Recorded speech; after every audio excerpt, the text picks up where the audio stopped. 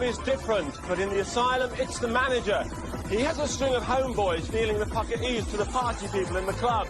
He makes the most coin out of this enterprise. His homies will make just a couple of quid on each pucker. His homies...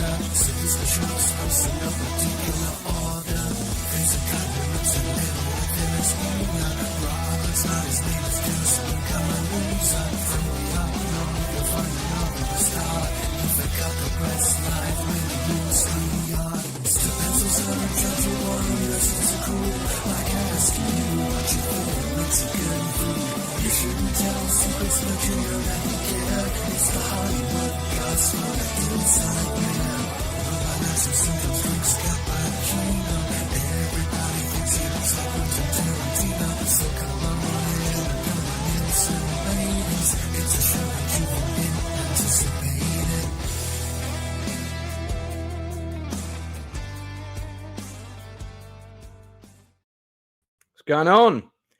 It's cold. That's why I'm wrapped up like a sausage in this kind of snood type situation. Not very fashionable. Won't go raving in one of these, but there we are.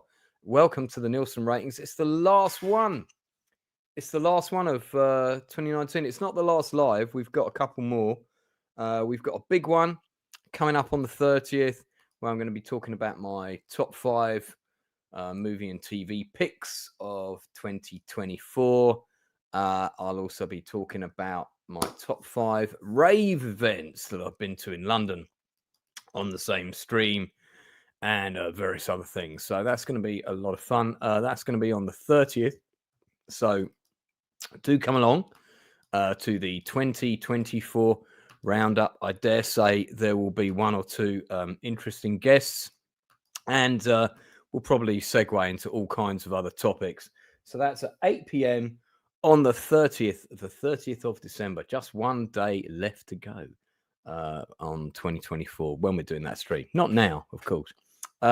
Just quick see who's in the chat. We got Blue Collar currently in the chat, maybe popping in later. Bo Romeo, the Proctor File. And then we have Alexis Abodi. Fantastic. Good to see you. And some others. Let me get my guests in. I have my regular co-host is here, Stupenzo, and Northern English Boostard. Hello, you beautiful bastards. How's it going? Good. Which one? Yeah, we're doing all right. I've been I'm still trying to get my next review down for next week. So I had to rewrite the bloody bugger because it was absolutely terrible, and I'm hoping the next rewrite is a lot better. For what movie? You talking about your Star Wars Holiday Special review? Oh no! This is a new one I'm rewriting for Christmas Eve, which I think is the perfect movie. But I will discuss that a bit more as we get to the promotional bit. Okay. It's 80 degrees here right now in Texas. I have the fan on. Ugh. Oh my God. 80 degrees in Texas. Fahrenheit. Yeah. It's freezing here. It's going to be cold the rest of the week. It'll be like in the 40s, which still not terribly cold, but you know. How does it affect your sinuses being down Texas where it's really warm? Oh, dude, when I lived in Austin, we have the juniper trees. They're the Texas cedar, and yeah, they literally explode with pollen starting from like Christmas or like December all the way till like February. So I'm glad I don't live there anymore because I still get the allergies a little bit, but over there it's bad. Like people, you know, you're like bleeding from sneezing so much and stuff, you know.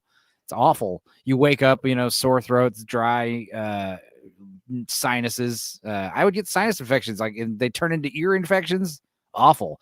And it's one of those things where you don't even need to have an allergy, but if you live there long enough, you'll develop one because there's so much pollen in the air. It sucks. Well, let's crack on. Got a lot to get through today. Now, just in case I forgot to warn you, we are all going to pick our top 3 Christmas movies. So whilst you're talking about the other things, you can quickly be sketching down what are your top 3 Christmas movies. Okay. Northern English Bastard already knows what I'm going to say.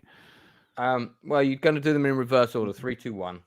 But we won't do them yet because we're going to discuss some other stuff first, which will just give you adequate time to make your choices.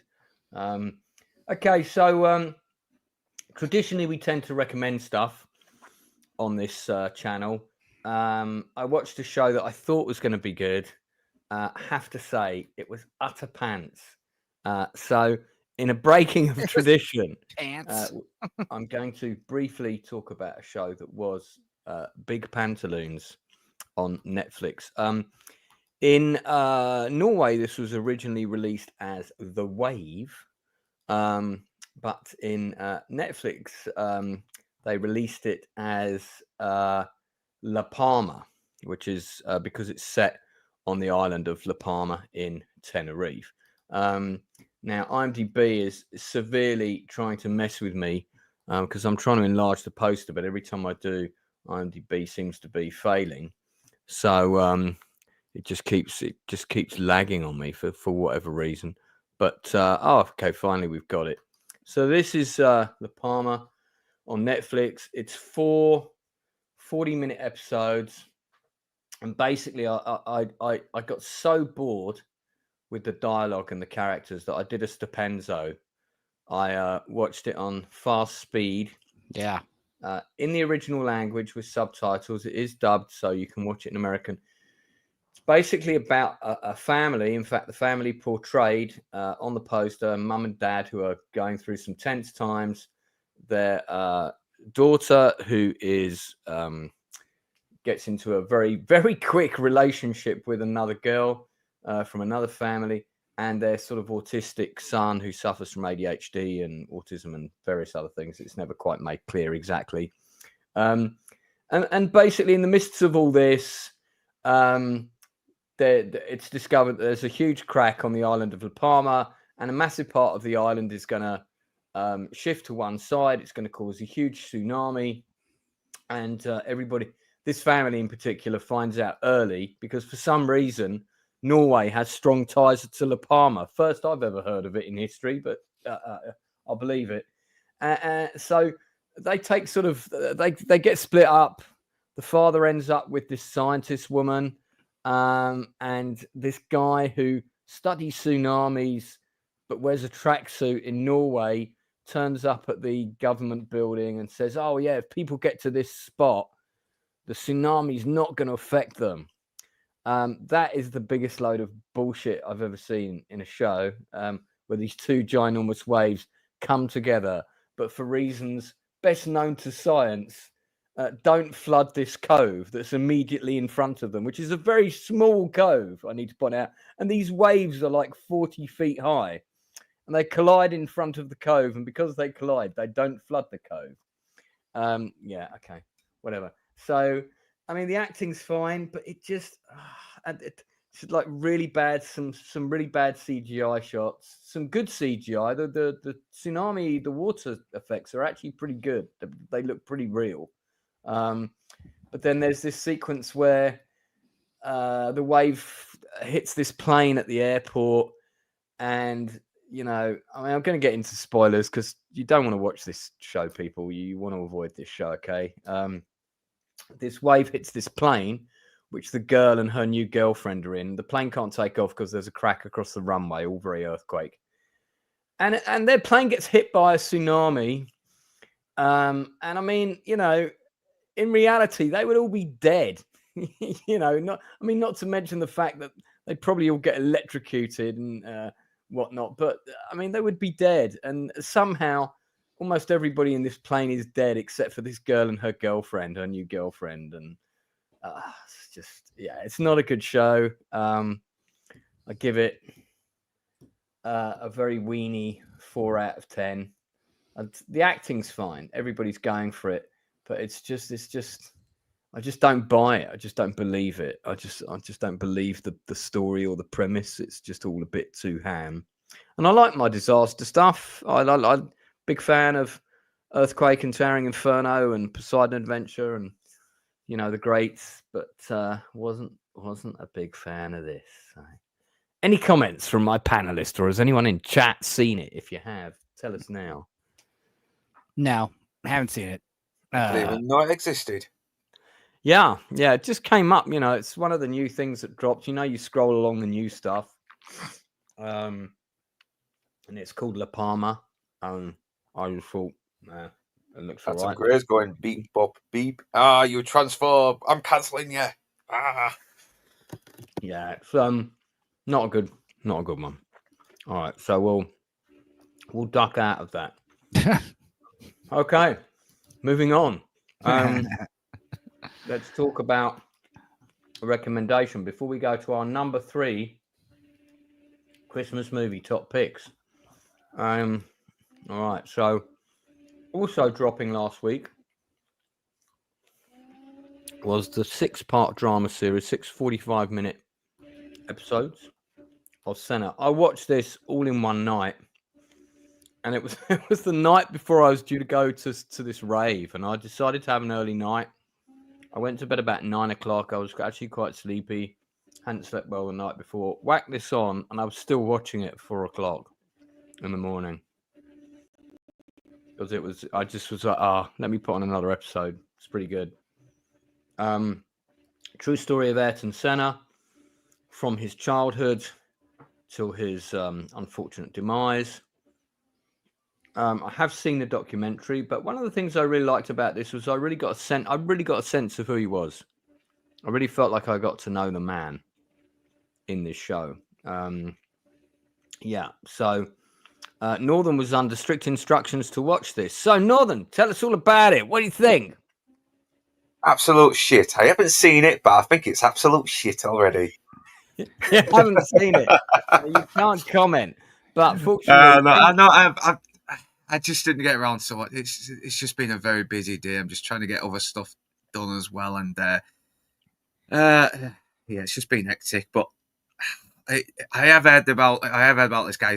He's really famous as well. I mean, he's an absolute legend, and I did read some of the reviews. Some are really loving it. Some are saying it simplified the real guy too much because he was a very complex guy, and Netflix did him a disservice. But I cannot really say unless I actually watch it. But I have heard about the documentary as well. The documentary is supposed to be really, really good. The one that came out 10 years ago, was it?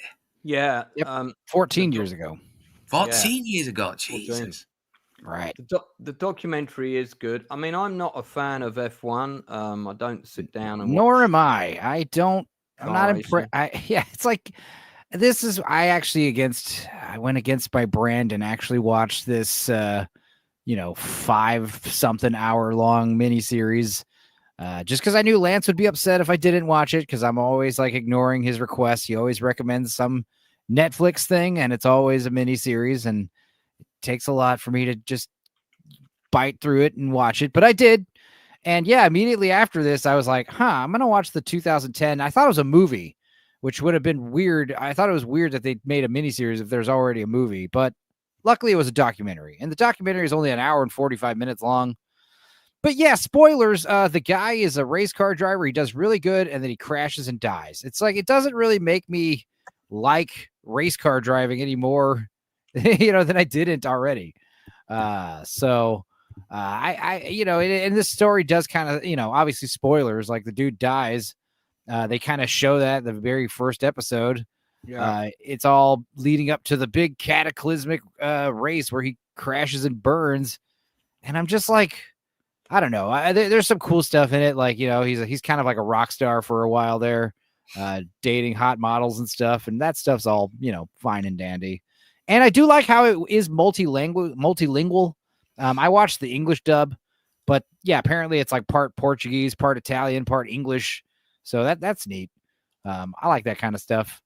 And yeah, it's the race scenes are well filmed. Yeah, they were really well done, and some of them were CG, I believe. No, yeah, a lot of CG. Very hard to tell. But yeah, I mean, it's CG can really do like buildings and vehicles pretty seamlessly nowadays, So it's pretty fun. I mean, again, I'm just gonna say the same thing I always say. This is really long. So, this could have easily been a 2.5 hour long movie, I think, or maybe, a lot of repetition with the races. I feel like there's like a good race, like every episode or two. Sometimes there's 2 races in an episode, but again, it's just like, I don't know. This is another one of these instances where I feel like they got to pad out the streaming platform, and they just don't want to trim the fat.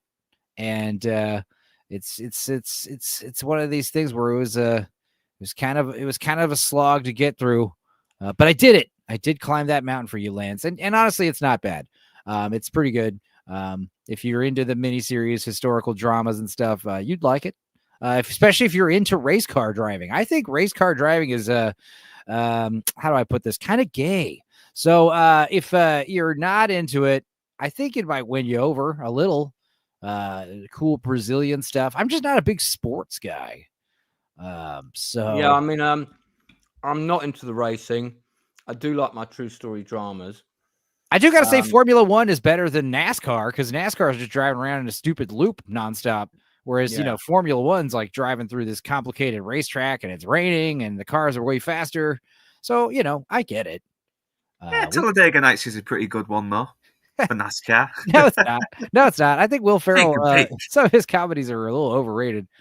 Maybe I should revisit Talladega Nights, because I remember watching that when it came out. It does go on a little longer than it should. I mean, honestly, Step Brothers is a lot funnier, if I'm being honest. I think Days of Thunder proved how Days of Thunder's cool. How exciting NASCAR can be, and that's as exciting as it gets. I mean, with Days of Thunder, it's not really about the races. It's more about the awesome like sunset shots and the sexual tension between Tom Cruise and Nicole Kidman. Like they were on fire. Tony Scott making everything look sexy. Everything looks like an awesome music video looking stuff. Yeah, just constant like huge orange sun blasting into the frame. It looks great. Yeah, and you got that cool Hans Zimmer score as well. A lot of Dutch camera angles and stuff like that. Well, yeah, usually Dutch camera angles can be annoying though, but sometimes Michael Bay and Tony Scott make it work. They do. I don't know how, but they do. Well, before we go down a Days of Thunder rabbit hole, which I appreciate Northern has seen, but is not on topic today. For the benefit of the 18 Enzo started that. Enzo started Days of Thunder. Well, anyway, for the benefit of the 18 people watching, I give this a strong recommendation. I'm not particularly into F1. I'm not particularly into car racing. It was good, really well done. This actor who plays Senna, I thought he did an absolutely superb job. Slightly, he's a little bit more model good looks than the actual Senna, but really, really good job. I think he nailed the character. The rest of the cast are very good. Yeah, as well. You've got people like Nigel Mansell turning up, James Hunt. These are all kind of like British racing. Yeah, I didn't really recognize any of the actors, which is a good thing, kind of, because celebrities tend to sometimes draw away from the story. Yeah, I mean, I think this worked better that it didn't have the name. There wasn't any like huge names in it or anything. It was a lot of unknowns. Yeah. And I think that was fine because they're all good actors. And that's all you need. They're all good actors. One thing I gotta say that was pretty crazy, and this is just a sign of the times we live in with modern films and shows. But like each episode's an hour and sometimes an hour and change long. 10 to 15 minutes of that is end credits. It's like how many people are involved in this show? It's like when a lot of CG effects in it. Yeah, it's like when you see the Avengers. When you watch the Marvel movies and the end credits show up, it looks like the Vietnam Memorial or something. Just all the names. You're like, good God. No, it's just a huge list of names. Well, I just skipped to the next episode. So right. No, I did not watch all. 45 minutes to me. Yeah, I was shocked at when the credits start, and I was like, "Is there like an end credit scene?" And I'm like, "Nope. It's literally like 10 to 15 minutes of credits." Now, do you think that's a deliberate nod to James Bond with that go-kart? Oh, probably. I mean, you're going to name your car. I mean, that's a toy car. You could name it whatever you wanted, right? I mean, so probably pick that number. Or maybe it's because he's 7 years old. There you go. Yeah, it could be. Maybe it's both. He looks younger than 7 there, I think. No, yeah, that kid looks like about 4 or 5, maybe. Yeah. Marlboro car has the other thing. This movie made me want to pick up smoking. It made me want to smoke some Marlboro 100s. Is that what Emperor Goodwin smokes? Marlboros? No. He sounds like a Marlboro man. Anyway, so that's Senna. I was hoping we were going to have the inside man on because he promised me he was going to watch it, but I don't know why he's not here. I haven't heard from him today. It's because you made him watch Senna. No, I'm just kidding. No, I think it's probably because he's probably been delayed on set because I know he's in production at the moment. Oh, so, Goodwin smokes Camel Lights. Wow. Joe Camel guy. Well, no, honestly, that makes sense because when I think of Joe Camel talking, I picture something that sounds a lot like Goodwin's voice. So, yeah. I'm personally more of a Red Apples kind of guy. Yeah, Red Apples. Yeah. Less throat burn. By the way, I just want to give a shout out to various people that have picked up a copy of Silver Screen Journeys, now with less typos. Still typos, but less typos. Roman of Empire grabbed one.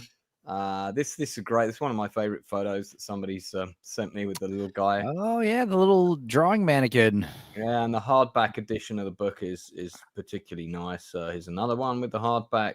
Hell yeah. This is an actress called Lena Richardson, I think.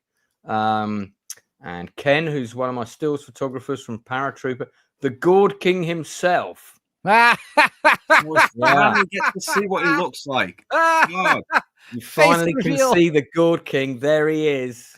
Non-CGI Gourd King. I just love the idea that he has a crown and a pumpkin on standby in case he needs to take pictures of something. What are you on about? That's him.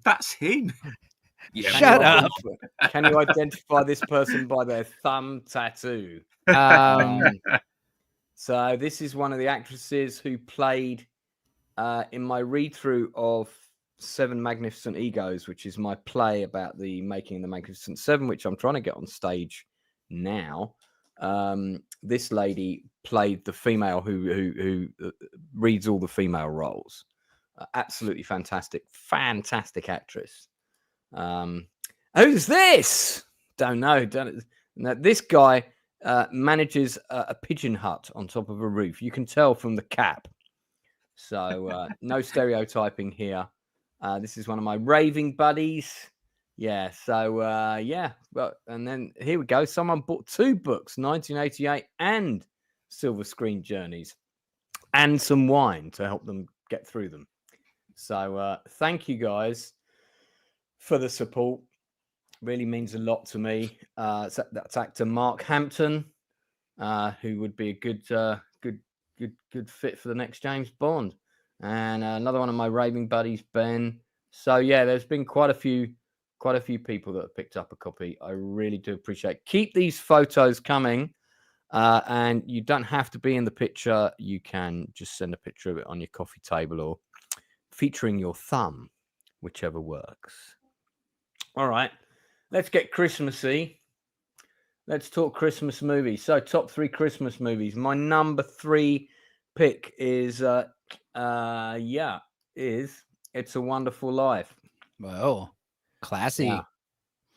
And I might be going to see that at the cinema on Christmas Eve, because the Prince Charles that shows all the old films has got it on almost every other day, I think, this week.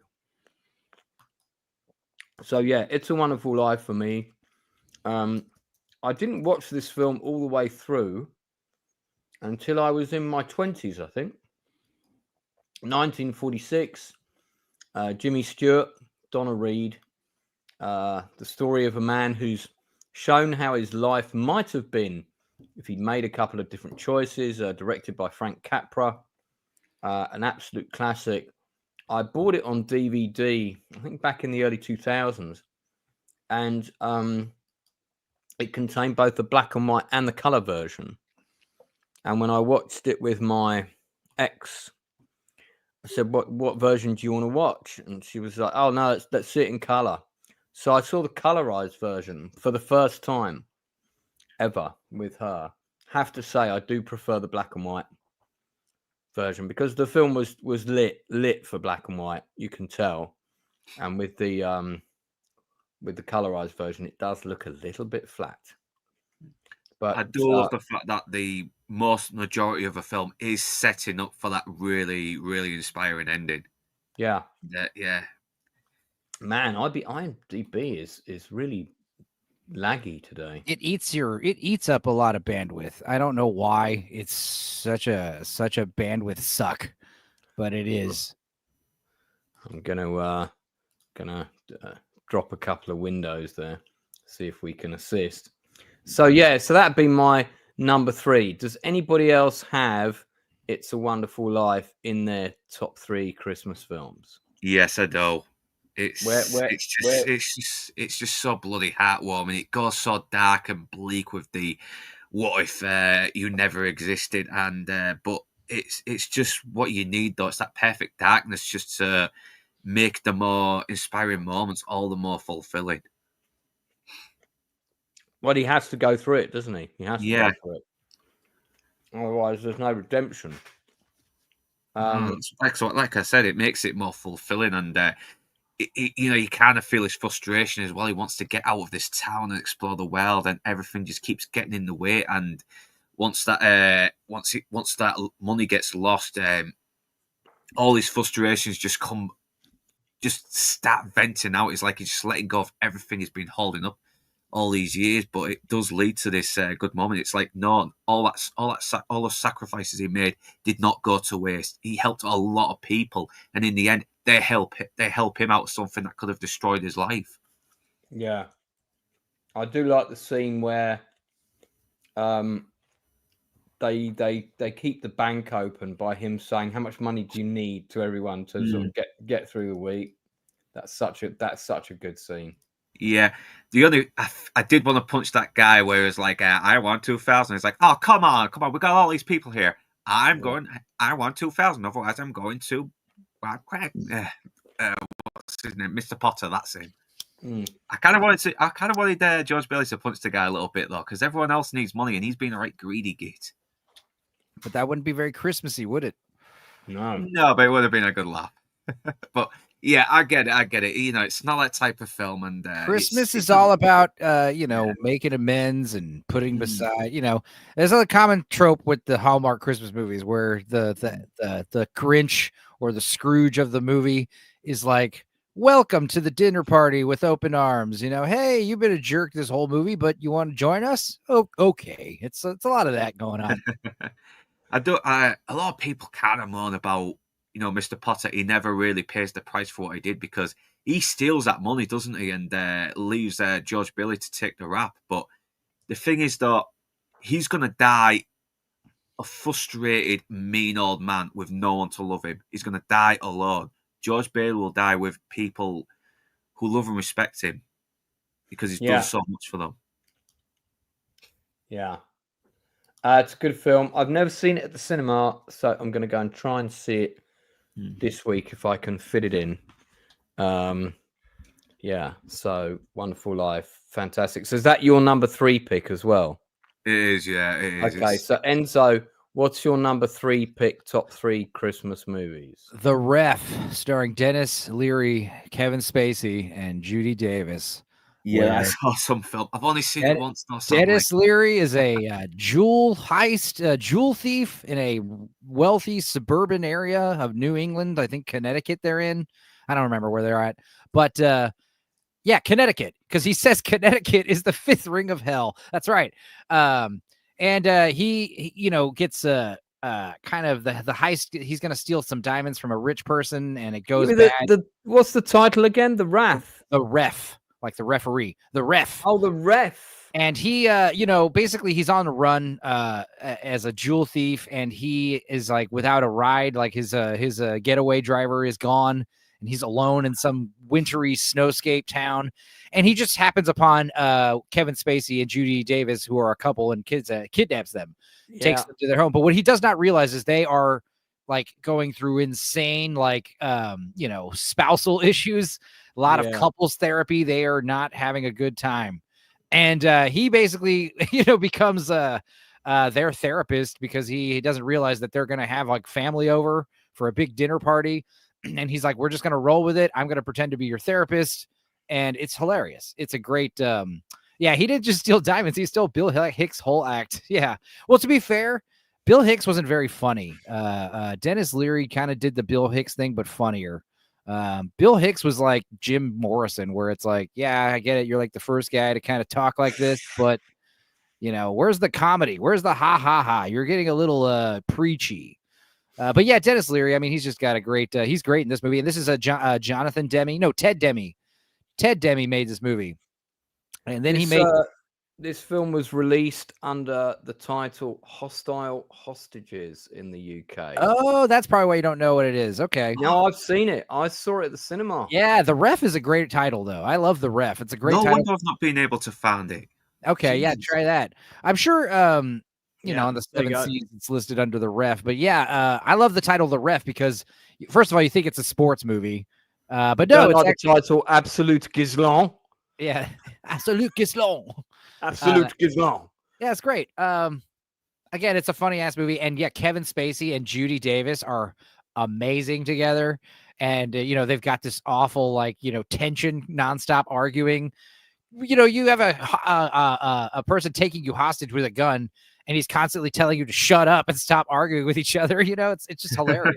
It just doesn't get old. And then also they have a teenage son who's in a military academy, and he's like a little SHIT, man. He's a little dildo. He's awful.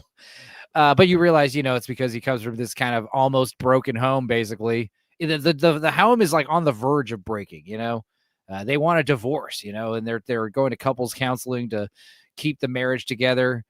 And of course, the reason why it's great is because it's very Christmassy. It's got a lot of Christmas aesthetic, and also it exemplifies the themes of Christmas, family and togetherness, and loving one another and all that good stuff. And it's a fun little action caper comedy. It's just great. I recommend it. Yeah, it is good. It is a good film. It's I remember when I saw it, it was one of those ones that kind of came out of nowhere. Didn't do that great in the States. Yeah.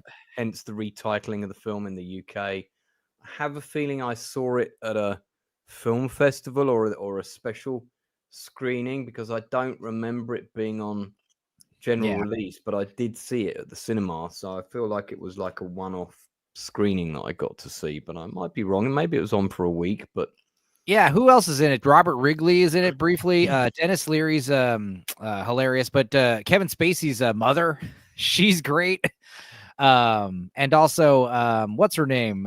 From The Grinch and some other movies. She's famous. We saw a picture of her a minute ago. The lady. She's in it. She's great. She's like the sister-in-law. Just a great. The one who she always plays like kind of posh, self-entitled types. Right. Yeah. There's the mother, dude. She's fantastic. That could almost be Annette Bening. Yeah. Like now. That could be Annette Bening now. It's a great fun movie. A little dark comedy, a little adult Christmas movie, rated R, I mean, I kind of love it when a Christmas film is not afraid to be mean-spirited, but still have a little bit of a redemptive act to it. Yeah, they got to start out mean-spirited, and then work their way to the. Is this kid still acting? I feel like he is. Maybe. Yeah. Wouldn't be able to tell you. And that's the lady. That's the lady. There she is. Yeah. Yeah, she's kind of like Bad Santa, isn't it? Where you got this guy who's just a downright disgraceful, despicable. Yeah, this movie does have Bad Santa vibes for sure. Yeah, but he still somehow redeems himself, and he kind of does see that slowly building up when he hangs around with this dumbass kid. Yeah, Christine Baranski, and also Raymond J. Barry as the police officer. The sheriff or whoever. He's great too. Robert J. Steinmiller Jr. Because he was in Rudy as well. I knew I'd see him in a couple. Bingo! Jack the Bear. Also, he's Jack from Jack the Bear. That's in a film called Bootyology. I feel I need to click on this and see what it's about. It's on the list. Bootyology, written and directed by Joe Eddy. It's a documentary crew sets out to explore the relationships between artificial intelligence and popular music. That is not what I thought Bootyology would be about. I'm actually kind of disappointed. Oh, it's about the Booty Boys. Okay. Yeah, I'm already disappointed. I feel like this was not. I feel like this is not what's advertised on the tin. Yeah. But hey, might be interesting. Yeah. So good to see Robert is still acting. Is Christine Baranski still with us? I think she is, right? Yeah. Yeah. And she, I think I saw her in something pretty recently, and she still looks like fabulous. Yeah. And of course, she was in Mamma Mia. That's right. She's in Bad Santa, isn't she? Yeah, she's been in loads as well. She's in what was it? She's in a lot of stuff for sure. Birdcage, the Birdcage. Adam Ballfinger. He's been in loads of stuff. Regular character actor. Look at that, 142 credits. He'd make a great guest if I could get him on. Yeah, he's always working. Cool. So yeah, great movie. Great. I remember the 90s, very 90s soundtrack where you've got like the Christmas choir and then the that 90s drum beat comes in, the electronic, it's so dated. What's it, the song what's that song with the monks chanting, that erotic song? I don't think I'm familiar with that one. Yeah, you are. Was it the one on the Satan's Alley trailer? Yes. Oh, yeah. I know the one. Yeah, and it's kind of got the sort of drum beat in the background. Yeah, it's good. Yeah, that was a big hit single when that dropped. Ooh, he'll watch Die Hard for the first time Christmas Eve 2022. Yeah, man. Where have you been? Does that mean like you're 12 years old or something? It's not going to be on my top 3 list because I'm sure one of you guys has it, but it is literally, I say it all the time, it is my mother's favorite movie. Not favorite Christmas movie. It's my mom's favorite movie. We're going to come back to our top 3 Christmas movies. So for those people just tuning in, we've just done number 3. Thanks for the comments in the chat. Keep them coming in. Let us know what your favorite Christmas movies are. Earl of Lurl left us earlier because you didn't like Bill Hicks. I like Bill Hicks. But, hey, the man is no longer with us, sadly. Well, no, he is. It's Alex Jones. Alex Jones is actually Bill Hicks faked his death and became Alex Jones. You haven't heard that conspiracy theory? I have not. Is there a movie about that? There ought to be. Okay, so Northern is going to tell us what he thought of this latest movie from Netflix. I saw this too. Hell yeah. Yeah, it was okay. It was okay. It was nothing special, but if you're gonna if you want something that's on and there's nothing else on, this is definitely the perfect one to watch, especially during the holidays. It's and I think Taron Egerton does a very good job in it. Jason Bateman does a very good job, and he's proven to be a very good action hero, a very good reluctant action hero. Yeah, he was all right in he's in the Kingsman movies, right? Yeah. He does action in those. I haven't seen it. Give us the basic plot without any spoilers. Die Hard 2 meets Phone Booth. Oh, I'm really sad. Yeah, it's kind of like that, but a lot of people are saying, "Oh, this is like Die Hard 6 being in airport." It's like, no, it's not. It's not. It's got a reluctant hero. It's got him communicating with the villain. Yeah, it's in an airport, and his girlfriend's in trouble. And I think that's where the Die Hard comparisons kind of end. Yeah. It's more in line with Phone Booth with Colin Farrell. Yeah, I remember that. Yeah, because it's more psychological, isn't it? It's a guy on a phone telling a dude, "Hey, you're gonna do what I'm gonna say, or I'm gonna kill everybody, or whatever." And you're like, "Oh." And that's the thing is, honestly, this movie's a little light on the action. It's a lot more like tension. It's a lot more like suspense. And then, there's some gunshots here and there and some fight scenes here and there. I did think this movie is a little long. It's 2 hours, and it does. Yeah, it could have been cut down. You do feel that length. Jason Bateman, I don't know if this is a good thing or a bad thing, but I really wanted to punch him in the face in this movie. And I'm not saying that because it was he's such a good villain. It's just he's just kind of, he's just Jason Bateman. You know what I mean? He's always doing that that Jason Bateman-esque performance. And I guess it works with this type of character. Right.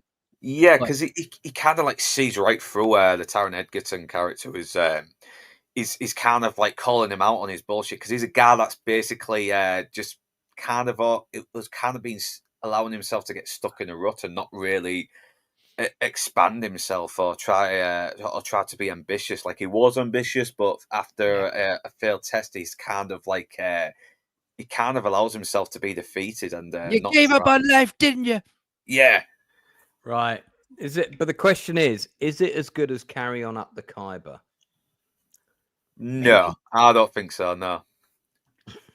Imagine them running right at you and exposing the great big bayonets. I probably got the line wrong, but it was still something very, very similar. I was gonna say a funny joke, but I don't want to right the wrongs of my master. Yeah. Anytime is tiffin time.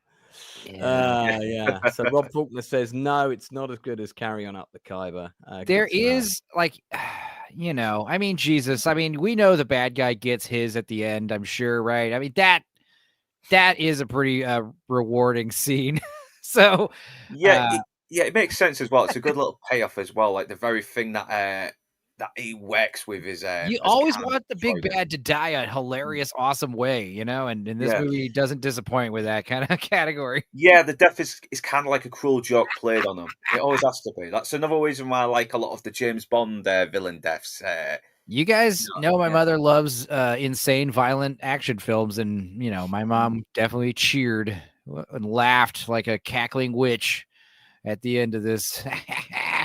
It was pretty good. But like my mom said, it isn't Die Hard by any means. But I don't know if this movie's going to have like the rewatchability factor, because a lot of it is like, not knowing what's going to happen is like a lot of the appeal of this. Where is it going to go? What's going to happen next? And I imagine if I tried to revisit this, it would just be like, this is the part where this happens. Okay. And I'd probably see a lot more plot holes. How is the performance of Danielle Deadwyler currently on screen? She's good, but it's she's the big FBI lady who's here to save the day, and she does get her ass handed to her a bunch, which is funny. But I don't know. I want to see I don't want to see a young fit lady anymore doing this shit. I want to see fat old grizzled guy. I want to see fat guy who's having trouble like keeping his pants around his ankles, and he's like heaving and turning all red and sweaty. Like that adds like a whole nother layer of drama, because like, is this guy gonna have a heart attack? I want to see old alcoholic, broken blood vessels on the nose. I want to see an old guy, the classic old, washed up kind of detective. Instead, it's always got to be some young hotshot. I don't like that. I don't like the fact that his girlfriend isn't totally spiteful as well. Like, she does try and encourage him to sort of like get out of his. She's hot as hell too, which helps. Yeah, she does pretty well. It's like, it's actually a very it's disposable, but it's a disposable film. You can probably go back to when there's nothing else on. It's just one of those films. So, as it's Christmas, how many dancing angels out of 10?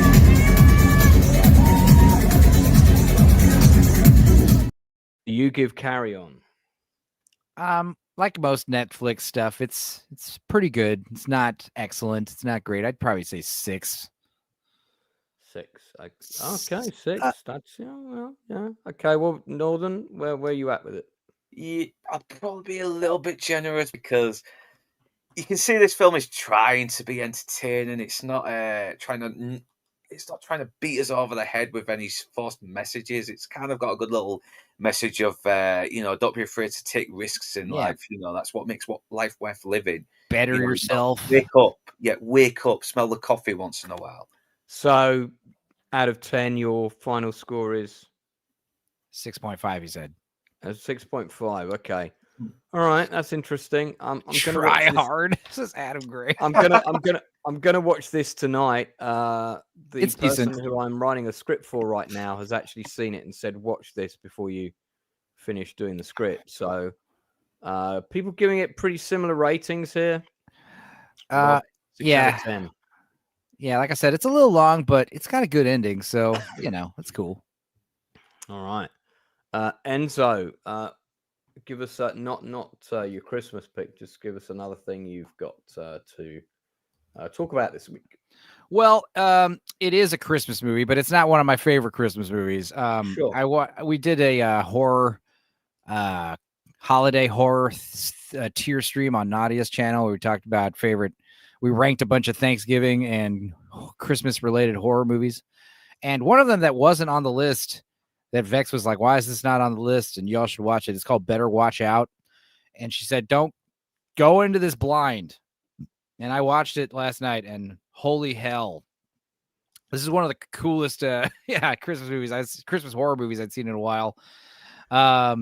I don't want to tell you guys much other than, it's a teenage boy, like a 13-year-old boy and his 17-year-old babysitter. Mom and dad are going to a Christmas party, and it's the kid who's got a crush on the babysitter alone in the house with the babysitter. And it's like it's another one of these creepy home invasion movies, but holy crap, like there is such a twist, a turn at the end of the first act. Isn't this the one where the babysitter? Yeah, I think I've seen it. This is there is the babysitter with that was on Netflix, which is with that was like more of a Halloween movie. This one, yeah, you got a little kid and also his little friend shows up, and yeah, there's people in the house, and dude, it just gets so twisted. I would say Steven, stop showing these posters. Even I don't, this crap. I don't want to spoil anything. Please just go watch this blind. All right, you'll thank me for it. And yeah, great. Kept you on the edge of your seat the whole movie. It was nice, tight 90. And dude, what an ending. Like once you realize what the movie's about, you're like, holy crap, this is awesome. And it just doesn't let up from there. And at the end, you're like, that was awesome. So that's all I want to say about it. It's great. Better Watch Out. Vex recommended it to me the other day, and I watched it, and holy shit, it was great. Well, that's okay. All right. Better Watch Out. I'd give it like an 8 out of 10. An 8 out of 10. 8 out of 10. Very solid. Anyone else who's seen Better Watch Out? If you have seen it, give it a rating out of 10 in the chat now. What do you think of it? Let us know. Yeah. We're going to do our number two pick. Number two pick for me. This was an easy one because it's the definitive classic version that all other people who aspire to make great classic works should look to when it comes to this film. And it's the Muppet Christmas Carol. Now, number two for me. The only film with fruit and veg being stolen that screams for help in a scene. As far as I know, a bit of movie trivia for you there. So Northern, was this on your list as well? I won't put it on my list, but it's definitely in my top 10 though, because even though Alistair Sim does play the best Scrooge, I think the 1950s is the best adaptation, but the Muppets is the one that's still a favourite because it is what introduced me to A Christmas Carol in a way, and yeah, it did make me admire what made the story so great. A guy who's pretty much beyond all hope of redemption, yet still manages to come through and show that you can change no matter how many years you've got left on this earth. There is a chance for you. Yeah, I do like Scrooged and what are the other ones? Sorry. Worst Christmas movie, Love Actually, or as I like to call it, Shit Actually. Yeah, I do love Scrooged and the Jim Carrey Christmas Carol, but Muppet Christmas Carol is not only the best Christmas Carol adaptation, it's also the best Muppet movie. It's absolutely really good. Hands down the best Muppet thing ever. Even better than the original Muppet movie, and that's a good film. Dude, you know what I watched that I'd never seen before, and I watched all of it. I didn't realize it was so short, but because the Muppets, they're so great. The Ghost of Christmas Present. He's the giant, right? That was great. Yeah, love him. He looks awesome. I watched Jim Henson's The Storyteller. That was badass. It's on YouTube for free as well, isn't it? Dude, and I was shocked because it's only like one season and then like 4 extra episodes that are, Michael Gambon and the Greek Odyssey. But the first season where it's John Hurt telling all these kind of classic fairy tales, it was really good. And the puppet stuff is like out of this world. So yeah. And that's kind of Muppet Christmas Carol, like, really impressive, like Muppetry, and also just the fact that Michael Caine just plays it so straight is the best part. I do love this production. One of the actors in this version did a read through of a script with me, and then Alan Marks was shooting something at Shepperton when this was being filmed, and he would tell me when they were going to the lunchroom, everybody who was playing a Muppet would stay in character. So it was kind of weird. It was like you were having lunch surrounded by the Muppets. But yeah, this is definitely my favorite character in the movie, is the Ghost of Christmas Present. So I wish he kind of got his own spin-off movie, and it's kind of sad when he has to go, because you can see that Scrooge is upset because he really likes him, his company. Yeah, because it is a bit different to the Ghost of Christmas Present in the other versions, because he is a bit more sterner with Scrooge with the whole, if he's going to die, he better do it and increase the surplus population. But and I don't like the fact that he's always forgetting as well, because he's constantly living in the present. Yeah. Did I say that already? Yes, you did. Yes. All of that. You're a little absent-minded spirit. No, I'm a very large absent-minded spirit. Yes. Yeah, he's great. I have to watch it. This film goes on every year. It goes on when the Christmas dinner's being cooked every year, on in the background. So it will also go on this year when I'm having Christmas dinner with my flatmate. So that'll be interesting. The one thing that annoys me about this is that we still have the version where the love is gone is cut out of the movie. And it's one of the most vital moments as well. It shows that Scrooge still has a heart to break, despite his cold demeanour. But it's just cut out, and it removes any impact whatsoever of him losing his love. It was cut for running time. Because we had it on the video here. We had it right on the old VHS here. Then they cut it out on the DVD and even the Disney Plus version. I'm hearing that they put it back, but I watched it recently and they haven't. At least not in England. You know what you got to do on Disney Plus? You got to go into the bonus content, and then you'll find like the extended edition. It's like, what? Why is that there? No, just put it on the actual bloody streaming. Stop messing about Disney Plus. Yeah. Dildos. I've just been notified that Scrooge himself has arrived and is now present among us backstage. So I'm going to bring him in to chase us for. All right. Welcome, Scrooge, to the stream. Bah humbug. Indeed. Hang on. How are you, Scrooge? There we go.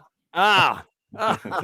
The old lens cap ploy. I am well. It is so good to see such esteemed company here today in these season's greetings. Benzo, I heard you say it was very hot where you were earlier. It's not hot, but it's definitely not cold. I mean, we're used to like 110 degrees summers out here, but yeah, 80 degrees. It's, like I said, I got a fan on. Good Lord, it's been like 104 to 105 for the past few days here in Australia. Oh yeah. You guys have reverse seasons though, right? Yeah, you're. Oh yes. It's here down south. Yeah, Christmas is like beach time out where you're at. That's pretty cool. Sweet actually. Jesus, it's hot. That's all I'm saying. Awesome, Gary. It's not a well-known fact that the character on the right and yourself, I believe you inspired the modelling for this particular Muppet on the right. Do you want to tell us about that story and the time Jim Henson came in and saw your chin being operated on? Well, he just, what can I say? I was in the Henson offices, and the first thing he said to me was, "Who are you? Get out." But he caught me on CCTV, and that was the inspiration for these two, I believe. Yeah. There you go. I think the one on the left is still serving time. It was good that you got away and couldn't be identified. Can I just say, that's a classic movie. That is a classic Christmas movie. It is the definitive version of the Christmas Carol. Smooth DJs in the chat. I met Shmoo in San Antonio. Oh, Nice wicked, guy. man. Handsome dude. And there, I was thinking for a second, this was one of the guys from the rave scene that I've met, because I've been interviewing quite a few DJs lately, so we've got more coming on. But you are most welcome to the channel, sir. Most welcome. Don't forget to hit that subscribe button. I'm 150 subs away from 5K, and I'm planning on hitting 5K by the end of this week, I hope. So fingers crossed, we can do it. I think Northern Bastard, have you just hit a K? You're close to a K, is that right? I am getting there. Let's have a look, see if anything One of my mods could drop the link in for Northern's channel or Northern. Yeah, he did earlier. I think it was a Razorhead. Thank you for that, man. And I'm about 106 away from 1K. Wow.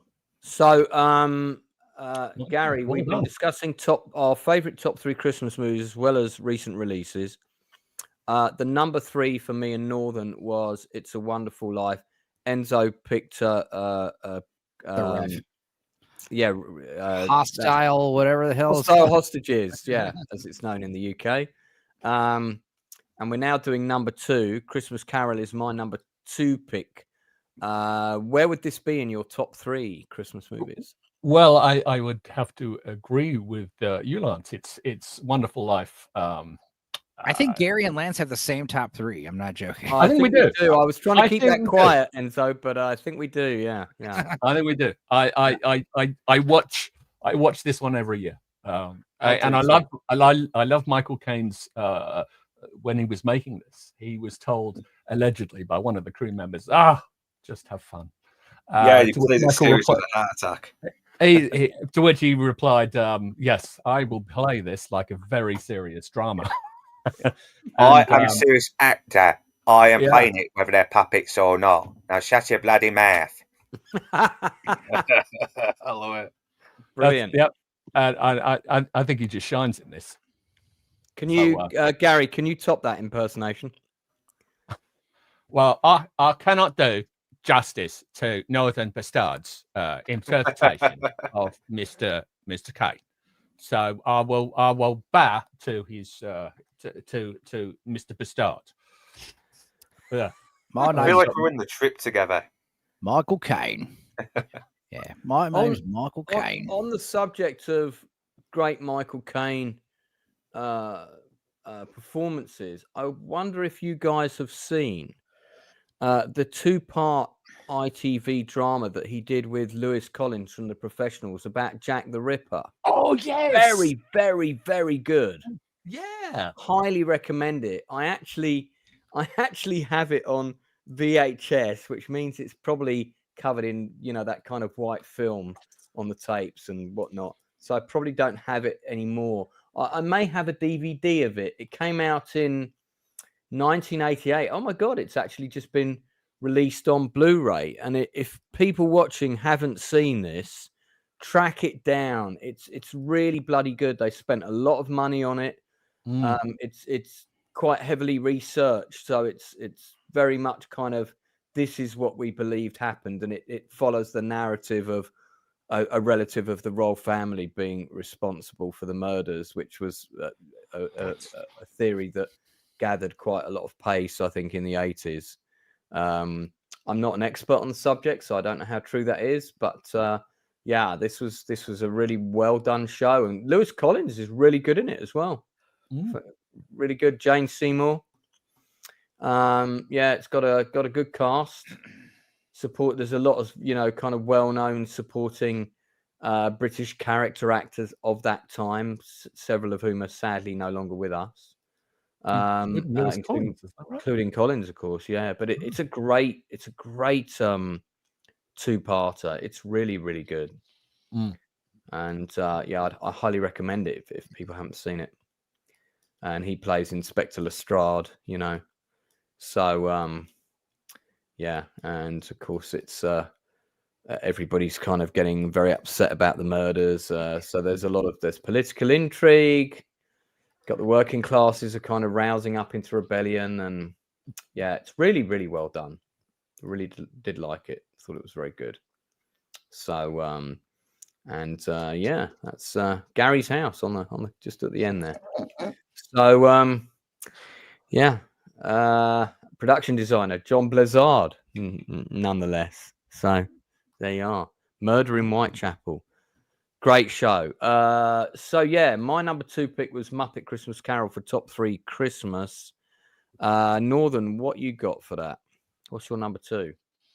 Number 2, I think I will put Bad Santa on there because it's a very, very unconventional Christmas movie. You've got all this mean-spirited stuff happening. You've got this really depressed alcoholic, safecracker, and he's obviously suicidal as well, and he's not a very nice guy, but then he has to sort of lie low with his kid because someone's been investigating his motel room. He's a pervert as well who was constantly, getting... I'm not going to mention it all live on the stream because it is a bit disgusting, but he's getting it on with very hardcore intercourse with fat chicks in a place that's very uncomfortable, but now he has to lie low with his kid, and as you see, he does start to redeem himself, and he ends up, and the way he redeems himself is by beating up a bunch of other kids, and they deserve it. But this is still a grown man beating up a bunch of kids, and this is how he redeems himself. This is how he starts to feel like he's done something meaningful in his life. It's messed up, but it still manages to be right for the character and very touching, and it cracks me up. It really does. It is laugh out loud. It does not care how offensive it is, but it still manages to have that little bit of hope, this little bit of optimism to it as well, which makes it worth watching. And once again, it is funny. You got John Ritter and Bernie Mac in probably one of their funniest roles together, and it's a shame it makes me very sad these two have died as well. John Ritter especially, because he was such a nice guy, and he is so funny as this really crude guy trying to make sure his shopping mall doesn't go under because of Willie's depravity. Yeah, I heard that John Ritter was really, a really nice guy and very well liked. Yeah, his last film as well. And oh god, the reactions he says when Bernie Mac says this crude stuff in front of him, he just has this little face where his face just twitches, where like he's squaring, and it cracks me up. It really does. Bad Santa is your number 2. So, Gary, did you say your number 2 was also Muppet Christmas Carol? Yeah. I think we're the same, mate.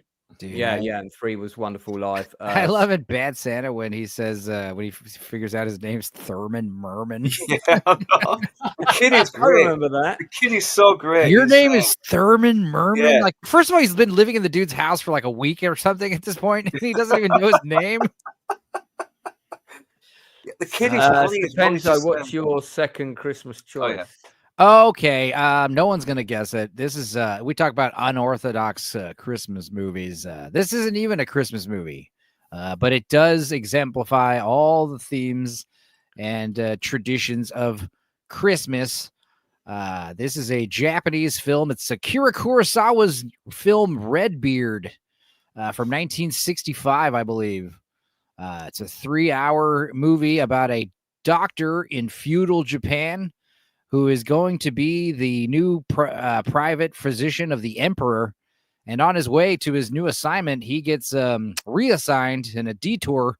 And now he has to be a new physician at a hospital for poor farmers in rural feudal Japan, and he works under this very strict head doctor named they call him Redbeard. This guy. And this movie is fantastic. It is very slow and very old school, but I think when you stick through it, one of the big themes of this movie is patience. And I think this movie is purposely very slow and drawn out because one of the big lessons is about having patience, also, giving to others, having selflessness and empathy. These things are all exemplified to the nth degree in this movie because, he doesn't want to work at this poor people's hospital. He wants to be the emperor's physician. He's very pouty at first about it and rebellious. He doesn't want to do it. Then eventually he starts putting on his doctor robes and he starts tending to the patients and listening to Redbeard's advice and stuff. And slowly it just turns into this, it's kind of like the Eastern Story structure where you've got, your main character just encountering it's like a bunch of little vignettes about all the little patients they see and how all these stories kind of tie together. And it's just a really, really well done movie, especially for the time, especially, Akira Kurosawa. He's a master director. He does some really awesome creative stuff with lighting and camera angles that were pretty fresh for the time. Why should we include this as a Christmas movie? Because, like I said, it is all about. It makes you want to be a better person. This movie might change your life. This movie literally might change your life. It embodies the true message of Christmas. Yes, this is totally not a Christmas movie. There's no Christmas trees or commercialism or any of that crap in this movie, and yet it is better than 80-90% of the Christmas movies out there, quote unquote. Plato says it sounds like the plot to Doc Hollywood. Blasphemy. A little bit. Yeah, no, it is. It's just really well done, and like I said, for me. This is kind of how some people watch Lord of the Rings on Christmas or Firefly.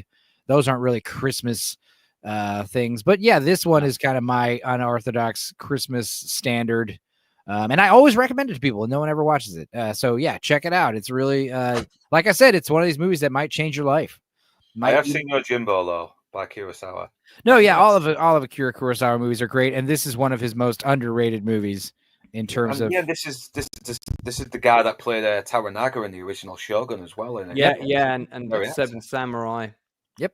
I have not seen this film of Akira Kurosawa's. I feel quite ashamed to say that. A lot of people haven't. Don't be ashamed. A lot of people haven't. Even big Akira Kurosawa fans haven't seen this movie. Thank you for the recommendation. Where can we watch this? I believe it's available free on the Internet Archive right now, so you can watch it out there.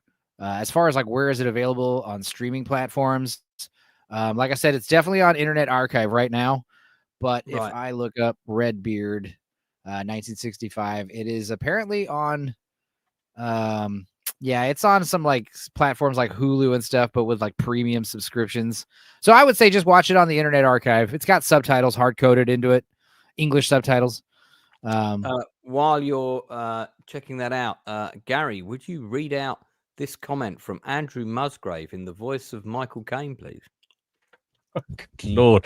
While I appreciate the choices thus far, I see a disturbing lack of reindeer games in this discussion. Fantastic. You're only supposed to blow the bloody doors off. Yeah, well, blowing the bloody comments off. We may well have reindeer games. So Redbeard, I don't know what's happening there, but it looks exciting. Okay.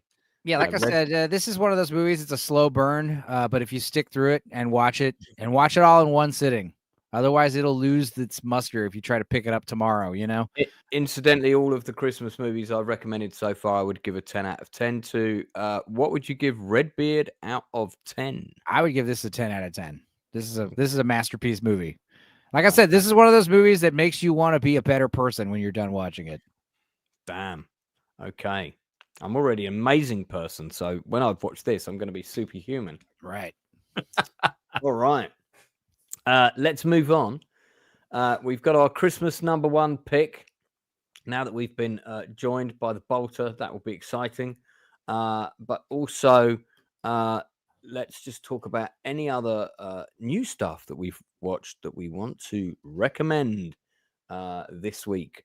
So I will say I'm on episode 5 of June Prophecy. I know it's getting a lot of bad press. Not everybody, a lot of people watched the first couple of episodes. They tuned out. I have to say, I'm not of that camp. I really am liking this show. Episode 5 really hots up. There's quite a bit of murder, plot intrigue. It's gaining pace. I'm quite happy for this show to be a slow burn because the acting is so good. We've got great people like Mark Strong, Olivia Williams, Emily Watson. They're 3 powerhouse actors. I'm not the biggest fan of Travis Fimmel. He tends to be the same in everything I've seen him in. Absolutely. But this actress, who I'm assuming might be a Bollywood legend, has just arrived. She's very good. Is anyone else still watching this, or is it just me? Just you. Just me.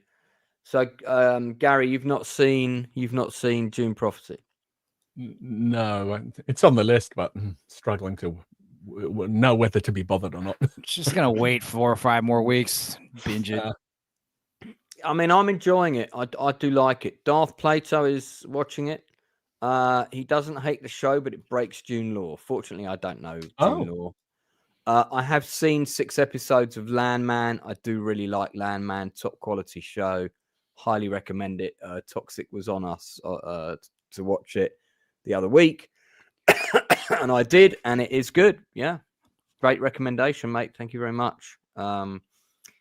Travis is essentially playing the same characters as he did in Vikings and Raised by Wolves. Yeah, I mean, he just kind of plays these sort of roguish, kind of have sword, will travel type characters. That's pretty much all I've seen him do. Oh, by the way, great to welcome the Electric Goat, who is trying to purchase my book presently, but not via Amazon. It's all complicated. But most people, you can get my book on Amazon. Talking of which, Gary, I heard that you picked up an amazing book recently. I did actually pick up an amazing book. Sorry. What was that? Well, I mean, for anyone doubting that, we do have other proof of you with the book. Yes. Oh shit, that's me too. Huh? And how are you getting on? I love this book. I was reading some of it last night, and I don't think the young people of today will understand this book because it's sort of like a historical document. Let me back that up. Okay. Back in the 80s or the early 90s even, we did not live in streaming central where everything was just available anywhere, anytime. I mean, going to the movies was quite the social event. It was the thing to do, where you'd go to event movies and you'd catch up with your friends, that communal sharing of an experience. And basically this book is a love letter to that, I'm finding so far. And we're sort of reliving, I find myself reliving some of the things I've did and some movies I saw and friends I remember by just reading Lance's, some of Lance's, memories of his youth. And I just think it's great. That's the hope, is that it lights those sparks for people. Yeah, and that's why I kind of almost call it a sort of historical love letter to going to the movies, because compared to when we used to go to the movies, it's certainly not what it was. So I can't recommend this book enough. If you haven't bought it, my God, go out and buy it. It's quite lovely. And Lance, he's an old romantic, and you'll get sucked into his remembrances. Well, thank you very much. That was a lovely plug. I should have you on every week. Well, so check better being in the mail. Let's move on. Northern, did you have a different film you wanted to recommend? Not your Christmas number one. At the moment, I have been watching one film called Joyeux Noël, if I'm pronouncing the name right. It's basically French for Merry Christmas, and it's about the Christmas truce during World War One. Yes, I've seen this. It's very good. It is brilliant. Yeah. Came out in 2005 with the football match that happens as well, right? Yeah, and it also it's a really, really good, powerful drama, just highlighting the insanity of that war and the lies that these men were fed from their generals. You know, after I've seen that. Yeah, I've I've seen it. too. It's a good one. It is good, very good. It often gets play at Christmas. There's an animated version of it as well, which is also very good. And I mean, the ending is just horrible. Yeah, no, when Father Palmer is disgraced by his bishop and just for doing the right thing, and he's listening to the bishop feed the same lies to these new recruits, and he just hangs up his cross. It's very heartbreaking, but very powerful. Yeah. No, Every actor does well, and this scene as well with Fairman as Sprinks, and he just breaks, and he's trying to perform for these generals, and he almost breaks down. It's like that war's changed him now. He's not this well-respected opera singer singing for these higher class people. He's the stink of war is on him. I mean, when he's reunited with Anna here, he's saying, "Please don't touch me. I've got lice on my head." I mean, he's in this nice place with his beautiful wife, and the war is still on him. The stink of the infestation of war is still on him. Yeah, it's a really good movie. Hard watch, but essential, and gives you a real sense of what they went through. We've got Alex Ferns on there as well, who I remember in EastEnders as Trevor. And yeah. I've been seeing him in a couple of stuff. He's in the Wrath of Man with Jason Statham, and he's also, I think he plays a crooked cop in the Batman as well. I haven't forgotten your super chat, Blue Collar Loser. We'll come to it in due course. It's great, this movie, and I mean, this really happened. There was a temporary truce on Christmas Day. Everybody got up out of the trenches. People exchanged gifts with their enemies, and then basically just dozens of games of football broke out all along the front. And there was such an incredible, joyful mood. Everybody thought, the soldiers thought, surely we can't fight each other again after this. And wouldn't it have been amazing if they'd all just turned around and just told all their officers to fuck off? The generals were just evil people. I mean, that would have been amazing. I mean, it would have just been amazing. I don't know what would have happened, but it was Darth Plato's on the trenches. The barbed wire is facing the wrong way, apparently. There is there's definitely some liberties taken, but it is still about the message that these people were trying to convey when this happened as well. It was all about, we were fed a lot of lies about these people who are just the same as us. They're in the same struggle as us. They're suffering the same crap as we are. Yeah, but Darth, if everyone had done it, a bit like the Russian Revolution, who would have shot them? Because there wouldn't have been anybody to shoot them. They'd all turned around and rebelled against the generals and just said, "We're not fighting anymore." That'd be interesting. And I like the fact that the film just allows the scenes to breathe. Like when Anna's singing for all the soldiers, right? And it's just a nice quiet moment where they're just observing something very beautiful amongst the harsh environment. We're picking some pretty dark Christmas movie choices here. But it is dark, but it's also inspiring as well. There is still this hope where right at the end, when the Germans are about to be shipped away, forbidden to see their families as a pass-through German, when they're about to be shipped to the Eastern Front and on the train, I mean, they sing that song, the Scottish singer, "I'm Dreaming of Home," and they suffer bad consequences for it, but at the same time, they're still not going to forget that lovely day they had with the men that they were trained to hate. Yeah, Yeah, a great film by Christian Carrion, which came out in 2005. It did actually have a limited cinema release. I can't remember where I first saw this. I feel like I rented it on DVD, but I think it was shown on television pretty soon after its release. I think it was on like the following Christmas. It didn't really get much of a theatrical release on a lot of it got good reviews, but I don't think it got a lot of attention straight away. Yeah, it's I can't remember. It's the honest answer to that. But it is a great movie. If you haven't seen it, highly recommend it. Is it a Christmas movie? Yes, it is.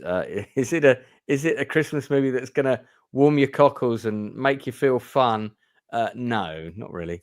But anyone who says this isn't a Christmas, anyone who says this isn't a Christmas movie needs to get a bloody cat scan. It's a Christmas movie. We'll don't worry. We're saving the true meaning of Christmas shortly. Okay, cool. So, did anyone else have something to recommend that they've been watching before we go on to our Christmas #1 picks? I've been watching. I've been watching a couple of new shows. New for me. I've just discovered them. Bad Sisters on Apple TV. It's a remake. It's a remake of a Belgian thing that was made in about 2012, but it's set in Ireland and it centers around 5 sisters who would literally die for one another. There's nothing they wouldn't do for each other. And it's not giving too many spoilers away, but one of the sisters is married to a complete and total prick. So much so that the other 4 sisters, for the sake of the sanity of the 5th sister, who's married to this, prick, decide to try and knock him off, kill the bastard. And the first series is it's quite a romp, really, and it's certainly worth a look. It's in its 2nd series now, so if you see Bad Sisters, give it a shot. I have a feeling that might be the husband in the back of that vehicle. Yes, that's right. The other one I've been watching is The Diplomat with Kerry Russell and Rufus Sewell. Yeah, that's season 2 though at the moment, isn't it? I believe. Yeah, it's in season 2. I mean, I full disclosure, I only actually started watching this because I helped 2 people audition for this. Right. But it's ridiculously over the top, but it's a fun romp of a diplomatic drama. I can't recommend this enough. Quite sort of high production values. It is a little bit over the top, like extreme catastrophic events occurring, but great cast. Alison Janney. Yeah. And Rufus Sewell and Kerry Russell, they really sell it for me. Rufus Sewell is very good in this, but the supporting cast, I have to say, very strong as well. Yeah, absolutely. Atto's very good. Rory Kinnear, always great value. Isn't it? Yeah, and Celia Imrie, she's a legend. So you have got a fantastic cast in this show. They spent a lot of money on it as well. Oh yeah. I've only seen the first season, but I enjoyed it. It was very forgettable. Really good too. Yeah, I've heard the second season is better because the first season was good, but what would you give it out of 10? In fact, what would you give both of your recommendations out of 10? I would give the first season of Bad Sisters 10 out of 10, without a doubt. Oh, that's a must-watch then. So, do you hear that, panel? We got to watch that and report back. No, I just love the kind of quirkiness, and I'd say The Diplomat's a solid 8 out of 10 for me. Both series 1 and 2. Wow. Yeah, I do like, they have they've given it that very kind of Hollywoodish veneer, haven't they, with the shots? Yeah, absolutely. Yeah. Big production values, a lot of money spent on this one. That's the car I normally take to work. So yeah, okay. So 8 out of 10 for the Oh, yeah. season 2 of The Diplomat. 10 out of 10 for season 1. Yeah, I'm making my way through season 2 of Bad Sisters. I mean, it's still okay, but it's not quite the level of season 1. Good But God. there you go. Is it a bird? Is it a plane? No, it's Inside Man. Good no. Evening, mother fluffers. Evening. Sorry about You're the 90 minutes late. Christmas do, traffic, etc., etc. Where have you been? We were worried. Did you watch the Senna TV show? I did actually, yeah. What do you think quickly? I thought the photography was fantastic. I thought the race scenes were fantastic. I thought the writing was juvenile, and I thought I don't know. I thought a lot of the acting was pretty bad. It was very much I liked the lead guy. I thought he was good. Yeah, I liked him, but the real problem that I had with it was very, pardon the pun, very much a formula, and certainly not Formula One. I can tell you, well, but it was scenes like, hey Dad, I really want to do this and do Formula 4. Yeah, but we don't have the money, son. Don't worry, son. We'll find the money somehow. Why don't you sell your car?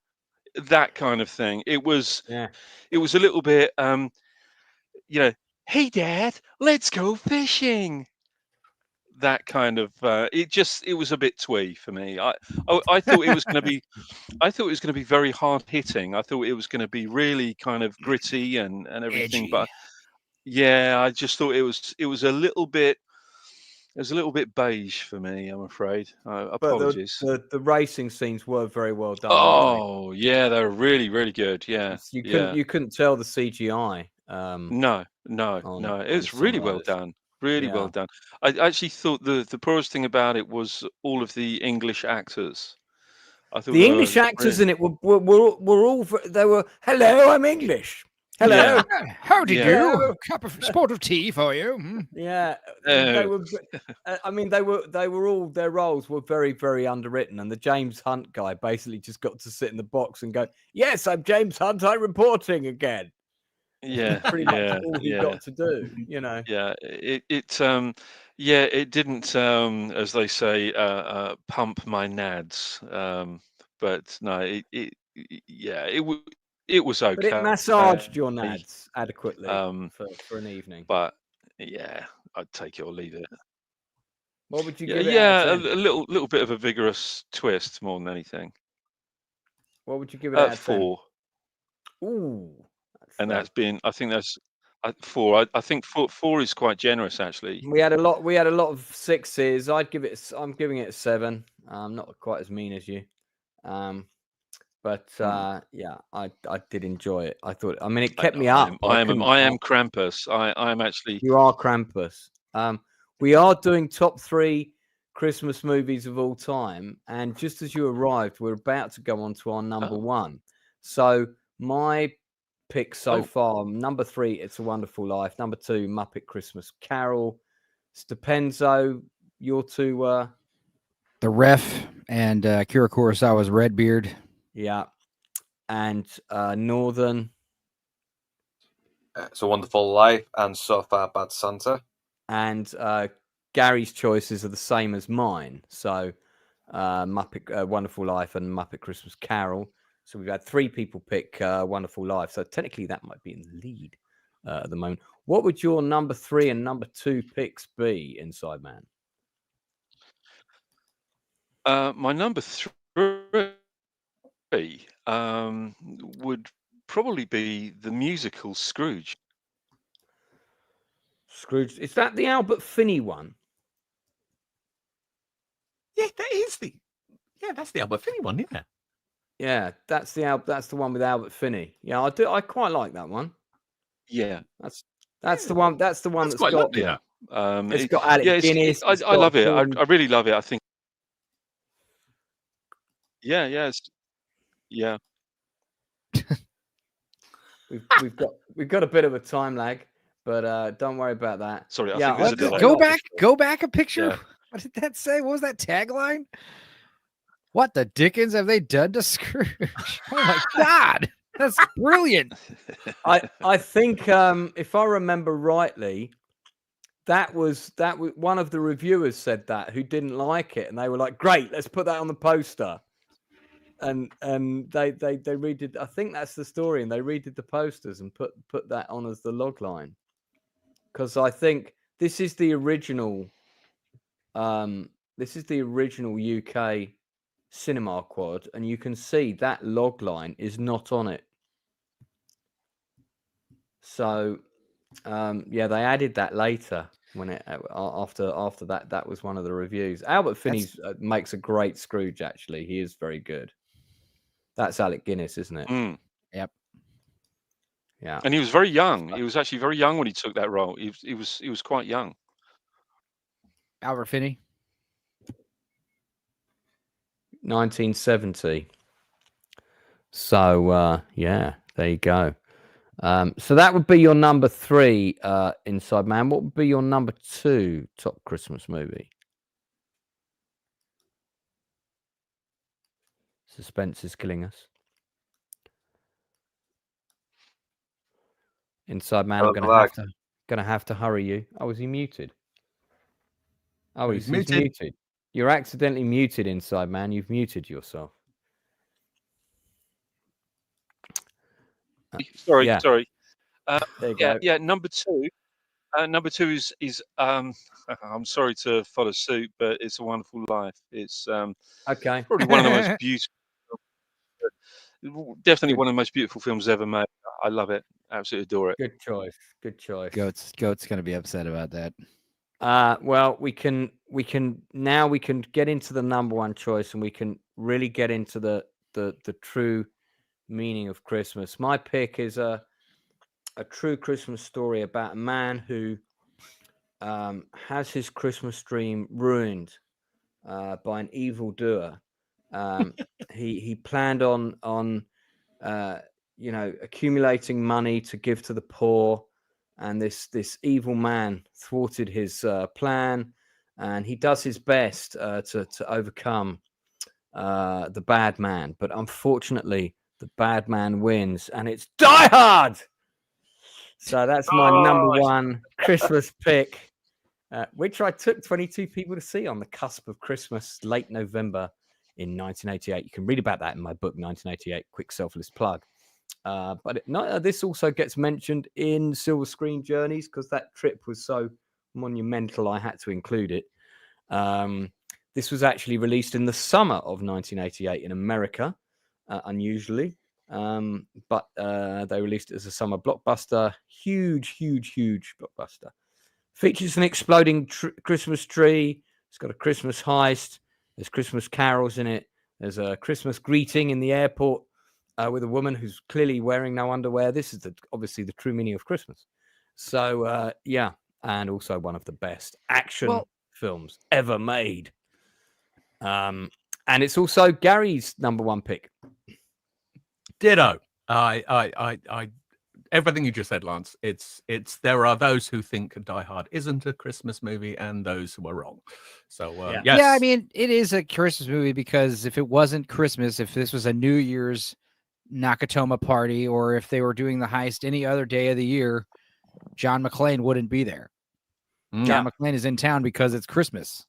Yeah. So it's a Christmas miracle that he's there. Yeah. There you go. And I'd also like to add to that, shit Christmas movies. Shit Actually. I'm sorry, Love Actually. Yeah. Yeah, that's a pretty bad. The guy who does the movie pitches has done a really good video on that, where he just explains, just how nonsensical that film is, especially the bit about nonsensical is tight, y'all. Yeah, British people going to Wisconsin to pull chicks, and it's like, I'm pretty sure any British people that go to Wisconsin to pull girls within an hour of arriving at the airport are going to be disappointed. I was like, yeah, probably. So yeah. It's got a couple of fun scenes though. Shit, actually, I do like a couple of the individual vignettes. Hugh Grant's a lot of fun in it. but just as a movie holding together. I mean, that creepy story with Andy Lincoln lusting Yeah. after Oh, that his is horrible. It is Oh horrible. my friend's God. wife is just like really weird. Why would you Ye- put that in as a storyline? And plus, she big was like cringe. 17 at the time. Yeah, yeah, she was. I mean, she's cast as an older character, I think, in the film, but you know, even so, it's just that storyline's just really weird. Mm. And yeah, there's a lot of the subplots and there's a lot of subplots that don't really work, and also like the kid running through the airport security right after 9/11's happened. I don't think so. to get to go and tell the girl that he loves her or whatever. Yeah, so you know, Die Hard, much more realistic. Quite right. Yeah, so this is my number one pick. It's Gary's number one pick. Inside Man, what would your number one Christmas movie pick be? The 1973 Black Christmas always brings a smile to my face. Fills me full of Christmas cheer every year. I love it. It just really puts me in the Christmas spirit. I love it. I think I've told this story a couple of times before, but the first time I saw this, my wonderful parents, my darling parents, took me and my sister to see it at the drive-in movie theatre when I was 8. And they not only took me once, but they took me twice to see this movie. So Right. I have them to thank for this. So I just think it's an absolute corker of a film. It's my all-time favorite Christmas movie. Should we watch a clip from it? Because I reckon a lot of Yay. people. Yes, please. I reckon a lot of people probably won't have seen it. They won't know what. So this is Inside Man's favorite Christmas film of all time. It should tell you everything about him that you need to know. But that clip is on IMDb. Why is this your number one favorite Christmas movie, Inside Man? Do tell. It was probably the first movie that I saw. Like I say, as an 8-year-old. I mean, back in the 70s, that really disturbed me. And prior to that, the kind of horror movies that I was used to was staying up late watching the old Hammer movies. I'm not sure this justifies why it's your favorite Christmas film, but please do continue. It's the funny thing is, from this moment onwards, I think it was this and Jaws really that really kind of upset me very badly at the time. But it made me realize that it's a good thing to be disturbed by something that is meant to disturb you, and it's that whole intent of the movie. The movie is a successful movie if it does what it sets out to do. John Saxon. It doesn't matter what. Yeah, it doesn't matter whether the movie is a critical or financial box office success. As far as I'm concerned, a successful movie is the movie that really delivers on its promise, and this fucking movie delivered. And that experience of seeing this with my mum and dad and my sister at the drive-in movie theatre, I think that may have something to do with it. That experience. But I just think it's just a terrific movie. I mean, it gets me on the edge of my seat. As many times as I've seen this movie, it just brings everything, those sort of 8-year-old thoughts and feelings flooding back. I love it.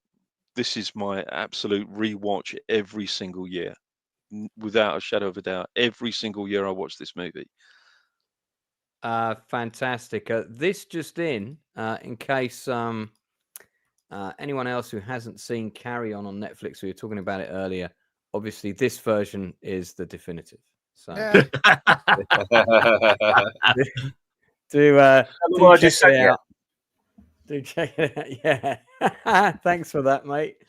I had to show it. Wicked stuff. I'm going to put that on my timeline.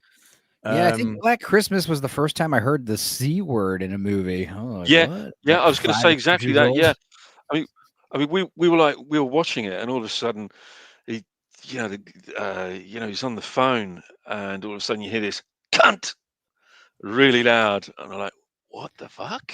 Yeah. It was Yeah, it's great. It's I love it. a creepy movie, even though you know, I mean, you've heard the story before. The calls are coming from inside the house. Like, even if you heard it, it's still creepy, and it's got such a dark ending. I gotta say, this is a really good one, but the remakes, the first remake, not great. The second remake is like an affront to all that's holy. You should watch it. It'll drive you insane. It's so bad. Yeah. Okay. All right. Enzo, what's your number one? It's funny. Could I just quickly mention something about what Enzo was saying about the first remake? I think the director actually did have something to do with the first remake. I think he was kind of like a consultant or maybe a producer on it. Yeah, the first remake isn't too bad. And it's kind of okay, but they were going to kind of revive. They were really looking to revive it properly, in a real way. And get back to the essence of what the actual original story was, the sort of legend of this character, to create this sort of ongoing thing. But what had happened was that I believe that the original writer-director, who had some writing credit and contribution to the remake, him and his son, who were planning on doing these movies, writing these movies, they were on their way home from the set after a day's shooting, and they were both killed in a car crash. Wow. Which is pretty bad. Yeah. Happy holidays, everyone. So that turned out Happy to be a Black Christmas. Christmas. That was a Black Christmas for real. Black ice. Yeah. Black ice. Dude, Christmas. watch the 2019 one. It is so woke, I guess, if you want to just go feminist, third wave feminist claptrap. It's all a bunch of fraternity dudes that are evil, and it's like they got to down with the patriarchy with these strong, powerful women. It was awful. Is it also called Black Christmas? Yep. Oh, is that? Yeah, the first remake was like really bad, but then this new one came out, and you're like, honestly, the first remake isn't that terrible, in hindsight. The second remake is like, holy crap! It's only Black Christmas in name only, basically. It's like has very little resemblance to the original movie. Do you know what? I'd never even heard of this version. Look at this poster, dude. I mean, you know what I mean? Well, how does this make you feel inside, man? Starring I feel like I need to apologize for my white privilege. Yeah. I mean, it's Slay girls. Reminds me of the poster for Witchcraft, but I mean, it's looks like it's pretty terrible. Not good. At least the first remake had a bunch of hotties, getting killed. This one, it's like the girls are fighting back. Not good. Right. Yeah. Well, I'd never even heard of this, so I'm guessing it didn't do that well. Hey, just for fun, let's check out some of the IMDb review headlines for this movie. It's got a score of 3.5. Oh boy. 429 reviews. A few of the headlines very poor. You messed with the wrong slasher. No one was expecting a remake of Black Christmas. Read that 2 out of 10 one. Nor was anyone asking for it. Get revenge. If you know someone in your life who you hate, then buy them a ticket to see this. Then sit back and laugh like Mr. Burns, knowing they're watching an awful movie. A disgrace to the 1974 classic. The reviews are right. Who asked for this? Why? Dull, awkward, and predictable. Worst remake ever. Another remake mistake, and so on. Unpopular opinion: 8 out of 10. Boo this man or woman. It's most likely a woman. Yeah, look how long that is. Long-winded. It's a woman. They've got a. This is in capitals, but for some reason they've gone for a lowercase I in the middle of different. I'm not quite sure what's happening there. Oh my God! Please scroll up. I get the feeling that those who couldn't handle the female Ghostbusters or Charlie's Angels 2019 or this Black Christmas and just enjoy the entertainment movie for entertainment's sake because they get their political feelings / feathers ruffled easily probably won't like this film. Shut up. Nothing you to do with stupid bitch. I hate you. Nothing to do with the fact that it's crap. Yeah. Okay, well. Reading the reviews is more fun than watching the film, and I haven't even seen it. Yeah. Well, I won't be watching the remake of Black Christmas. I might revisit the original, though. I've seen the original. I do remember that was a really creepy movie. You guys are picking some pretty sadistic Christmas movies here for your number I'm one not picks. gonna. Stupenzo, and on that note, what is yours? All right. So the ref number 3, Redbeard number 2, Northern English Bastard. You want to tell him my favorite Christmas movie? Tokyo Godfathers. It is the anime Tokyo Godfathers from Satoshi Kon. It is my favorite Christmas movie. It is the best Christmas movie ever. I'm sorry, it just is, and nobody knows about it, or people that do know about it haven't seen it. I got Northern English to watch it. He enjoyed it. I mean, it's not going to be on his top 3, but I've seen it before, man. I've seen it before. Yeah. Okay. But yeah, 3 homeless dudes, 3 homeless people find a baby in a dumpster on Christmas Eve in Tokyo, and they set out to figure out who this baby belongs to, and a epic journey across the city of Tokyo over the course of a few days takes place, and a lot of miraculous stuff happens. Literally miracles happen for this movie. This movie will make you cry happy tears at the end. It's got such a great climax and wonderful, awesome animation from Madhouse Studios. Next level. Even though this movie is, almost 20 years old now, it's still some of the best animation you've ever seen. It's crazy to think that there's no rotoscoping involved. And yeah, you've got a large transgender character, drag queen character, and then you've got this alcoholic, washed up gambler who left his family. You got this trans lady who was abandoned on the streets, and then you've got a young teenage girl who's ran away from home. They are a little trio, a misfit trio of homeless people. What's great is this trans lady, one of the best trans representation in films ever, because this character is just played straight, and you really get to like her.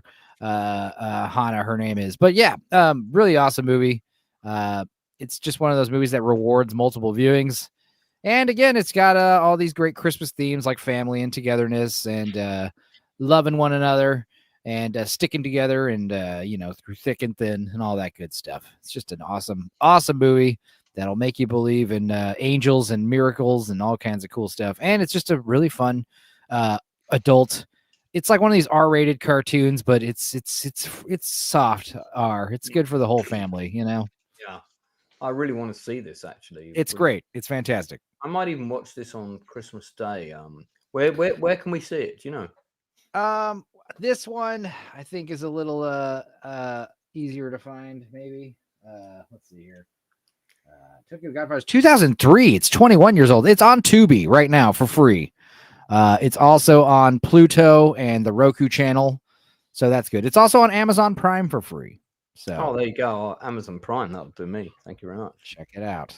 Tokyo Godfathers. Okay, so I've got that, and I've got Redbeard. Do the Japanese Christmas. I've got Redbeard. Yeah, that Redbeard, and Carry On to watch. Northern, what's your number one pick for Christmas movie? Well, you've already said Die Hard. I don't want to pick that, so we'll pick something. But if Die Hard was your choice, you can pick it, because that means it's the number one. Yeah, of course you can. Yeah, well, yeah, because it's because it's kind of one of those. I think it might be in the first action film I watched where the hero was actually very scared of going into danger, and it kind of made me like his character more. Made me feel a bit more scared for him. And it's got Christmas. It's got Christmas decorations. It's got a hip hop Christmas soundtrack as well at the beginning, and Bruce Willis practically used Santa Claus duct tape to tape a gun to his back in order to get the drop on Hans Gruber. Yeah. Played It's a very important Christmas element. There's some dissension in the chat. The Electric Goat says, Bruce Willis and the director of Die Hard both said it isn't a Christmas movie. It's their movie. I trust them. Oh, hang on a second. I paid They're wrong. I don't care. I paid $10 to go and see that movie 7 times in America. I also took 22 people to see it in the UK. I've also bought it on 5 different formats, no less. I think it's my movie. I paid for it. So my opinion on that is that movies are there to be interpreted by the audience. The audience ultimately decides what the movie means to them. I discussed that in my book. Oh, by the way, Inside Man, did I mention I've got a new book out? Oh, you haven't, have you? When did that come out? Well, when was that? we discussed it earlier, but yes, it's now out. Oh, It's now got less oh. typos in than originally, and shortly after this stream, it will have even less typos. But here's a picture of Gary holding one earlier. There you go. Hey. Yeah, he looks very excited in that picture. Yeah, so Die Hard. Back to Die Hard. I mean, I saw it in the summer, but I felt Christmassy when I was watching it. That's very important. I know, because there was all these films that were coming out in summer when but they still had Christmas in there, like Batman Returns and that, and we've got Hans Gruber as well as probably one of the most coolest villains ever. He's just so charismatic, he's so charming, he's so intelligent, he's very articulate as well. You almost kind of want him to win a little bit as well. Even John McTiernan almost filmed them like they're the heroes when they actually open the vault. Ode to Joy plays as if we should be celebrating them. Merry Christmas. Yeah, very big Christmassy scene in the film. So it's his first film as well, and Alan Rickman just knocks it out of the park, and you can tell he's having fun with the role. And I do remember an interview he did about this, saying, I didn't play him as a villain. I just played him as a guy who was trying to get a job done, and that's it. I do think it's true. Different films mean different things to different people at different times, and it also is impacted by when you see the film, who you see the film with, and where you see the film. By the way, this is all discussed in my latest book, Silver Screen Journeys. Check it out, and you'll be able to see all that for yourself. I mean, it's funny because you could almost recut this film if you wanted to, and tell it as the story of Alan Rickman's bank robbery. Hans Gruber's bank robbery. That would be quite fun to do that. I might do that one day, and sort of because I wanted to do like a Die Hard trailer, which is told from the point of view of Rickman, and recut it. Now, here is a question for my studious panel, who all claim to be film aficionados, and we can throw this question open to the chat. Does anybody know, on the original full-length Die Hard trailer, what is the inaccurate statement on the trailer? Does anyone know? Anyone? I'm going to see if I can find it, and we'll play it. We might get that might be another thing. I thought you were going to mention. I thought you were going to mention James Horner's Aliens music. Actually, that's what well, I mean that but that's not an inaccuracy. That just happens to be in it. So this is the trailer in question. So let me share it, and I'll put the sound on. And again, you can see in this trailer that girl does not have any pants on. Which was the first thing somebody shouted out really loudly in the cinema when I went to see the film. That girl's got no pants on, they said. So not sure that was an important plot point. But so this is the trailer I mean. I think everybody should be able to hear it, but if you can't, shout out immediately. It's Christine. John LaFontaine. Well, we'll see what Santa and Mommy can do, okay? A New York cop, John McClane, has come to see his wife. I missed you. Instead, he's going to have to save her. Sit down. Within this skyscraper high above the city, 12 terrorists have declared war. They're about to be taught a lesson in the real use of power. They're as brilliant because I am interested in the $640 million in your vault. As they are ruthless. And I'm telling you, you're just going to have to kill me. Okay, I can pause it there. There's actually 2 inaccuracies in that trailer so far. They're not terrorists. That's correct. That's one of them. That's the one I've just. And there's not 12 of them. Is that the other one?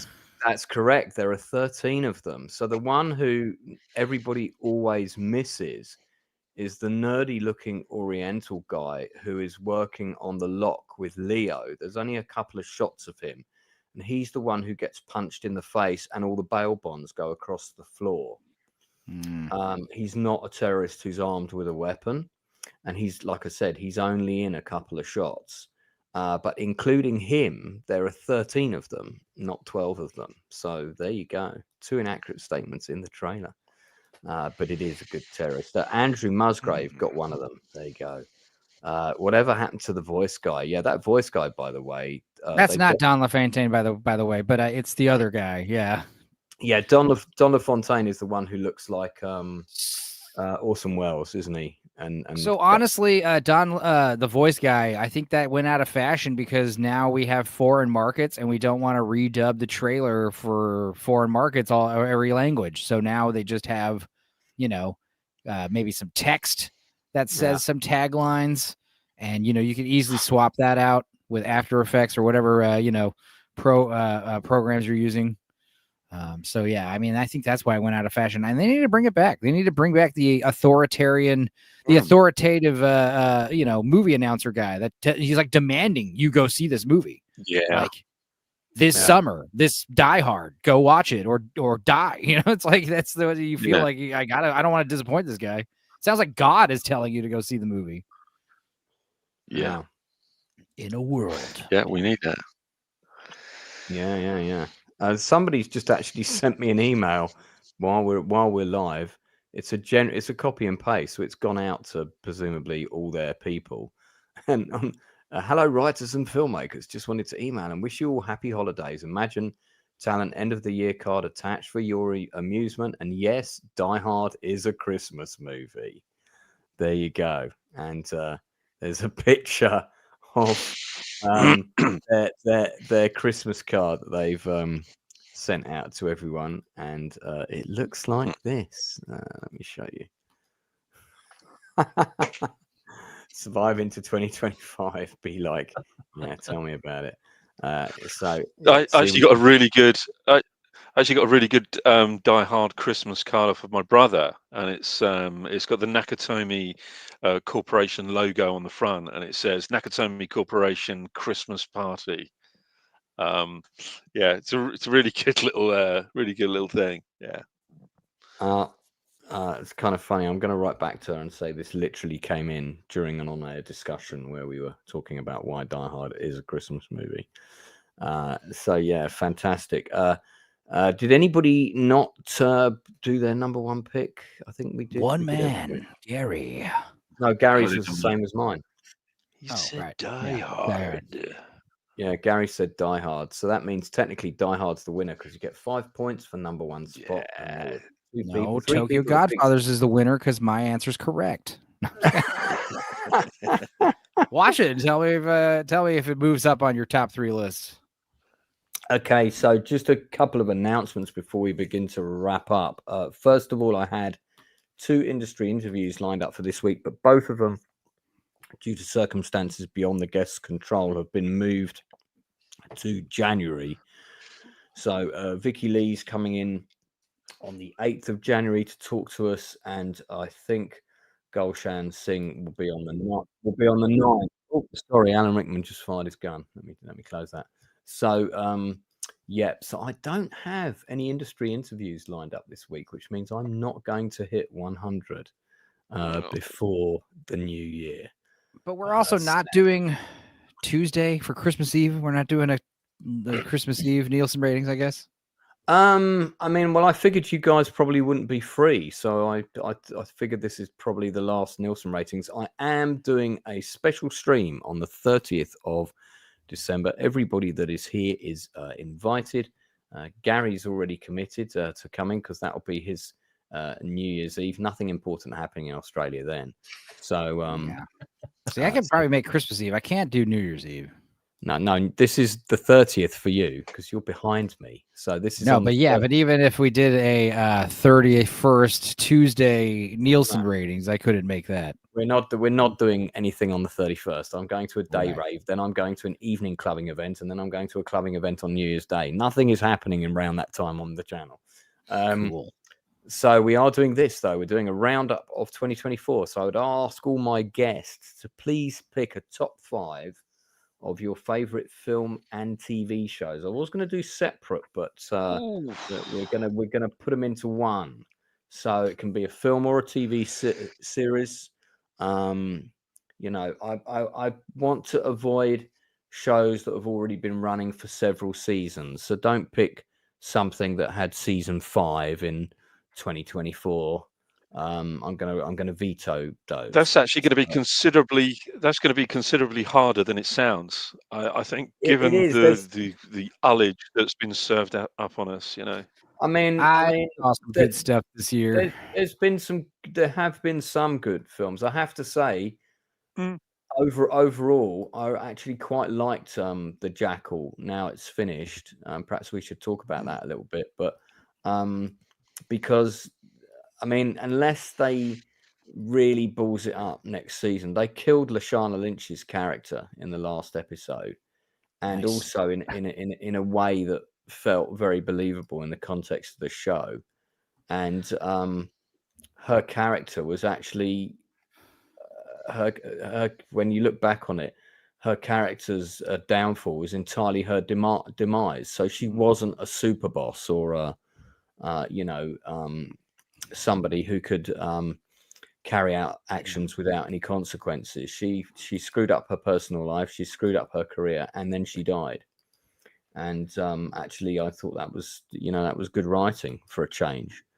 They didn't. I was thinking we should talk about Secret Level next week, but I guess we're not doing it next week. I forgot. But yeah, I watched. Yeah, Secret Level was okay. It wasn't great. It doesn't need a huge conversation, but that's another thing that came out. Well, you could bring it up. I mean, you can bring it up on the 30th if you want. Not really.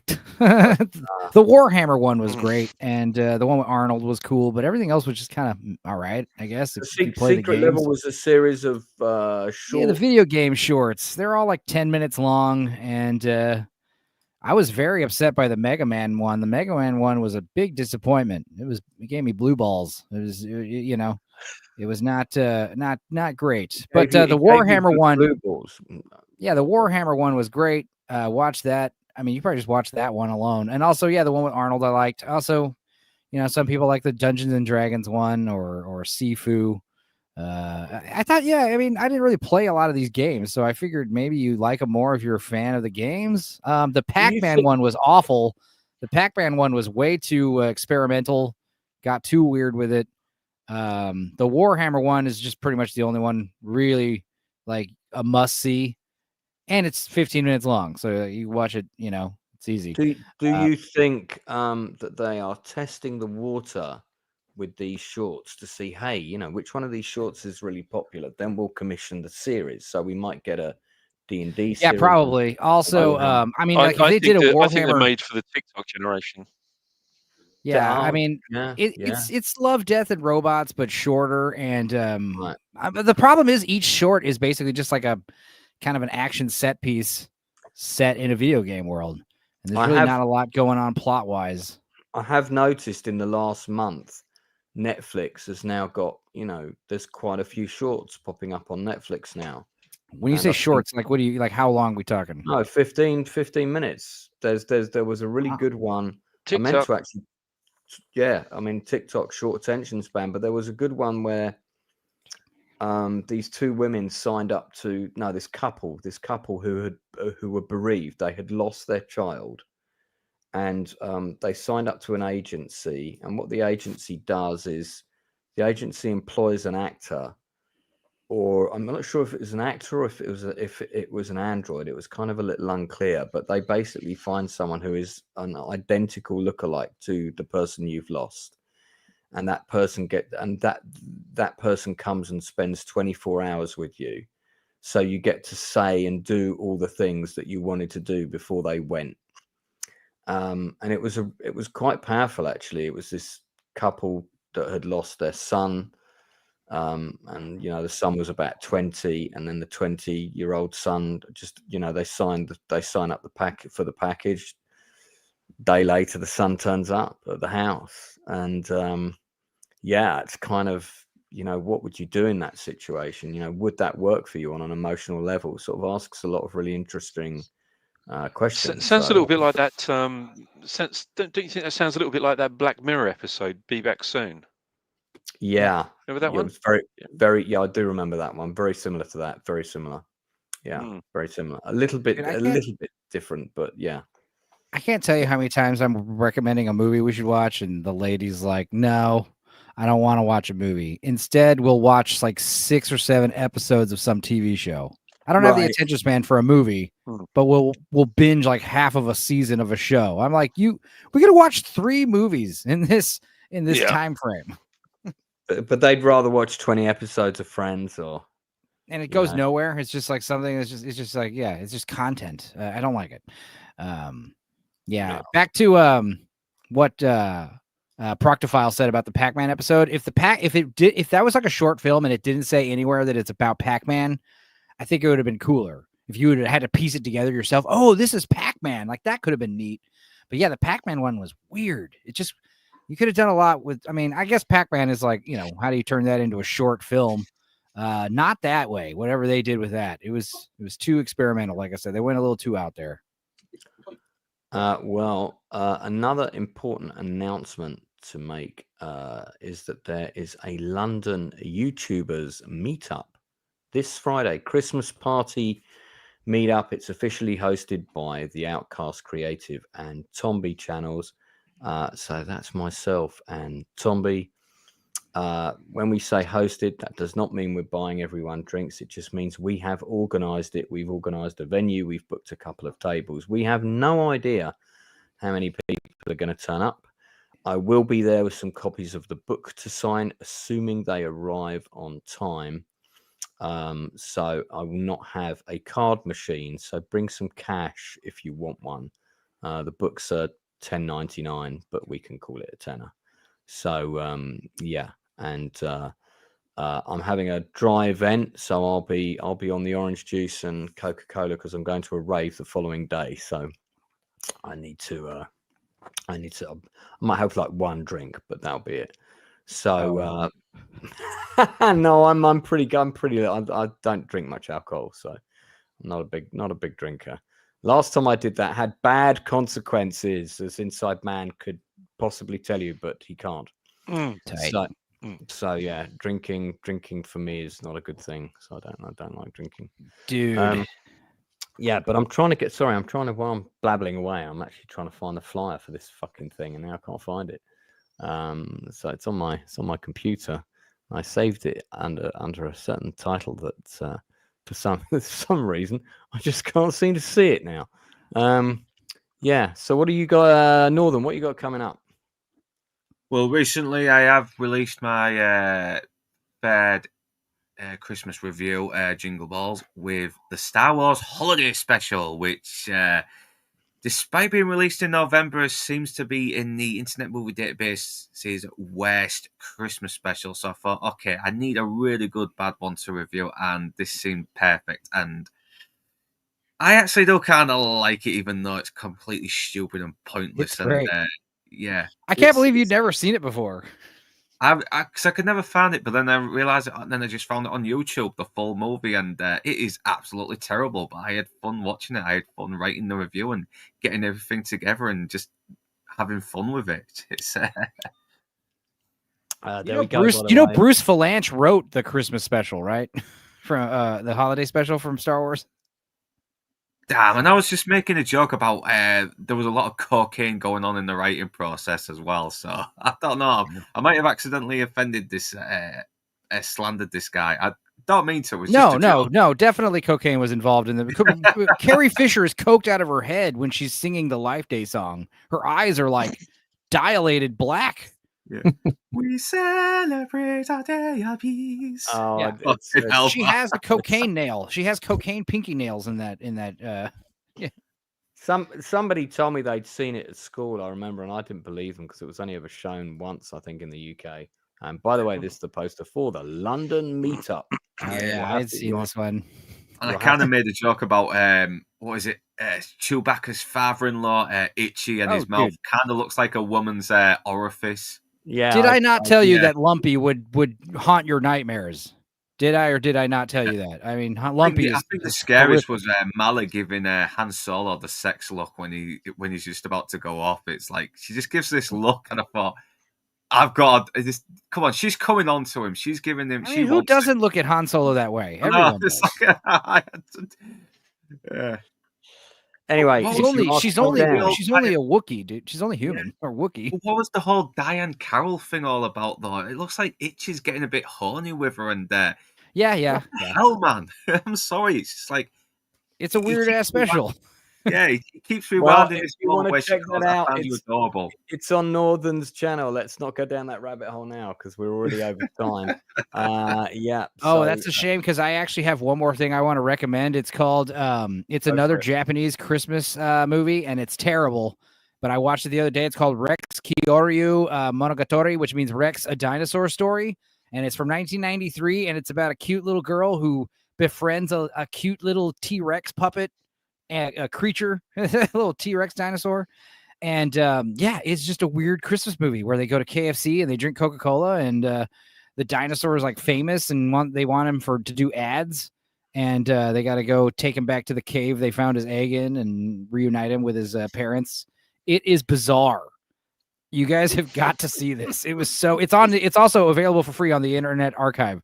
So I feel like maybe we should do a live watch of this. Unfortunately, I think it is copyrighted. I think if we tried to do it on, we can not show it while we're doing True. it. We can do a live stream of our reaction. This was like Baby, the Lost Legend, also meets like Babe, Pig in the City. I can't describe it. It's out there, dude. All right. It's out so there. It's out there. Is there anything, Enzo? Is there anything you want to plug real quick? No, I just got we have Nicolas Cage movies coming out all month. This week we got The Wicker Man.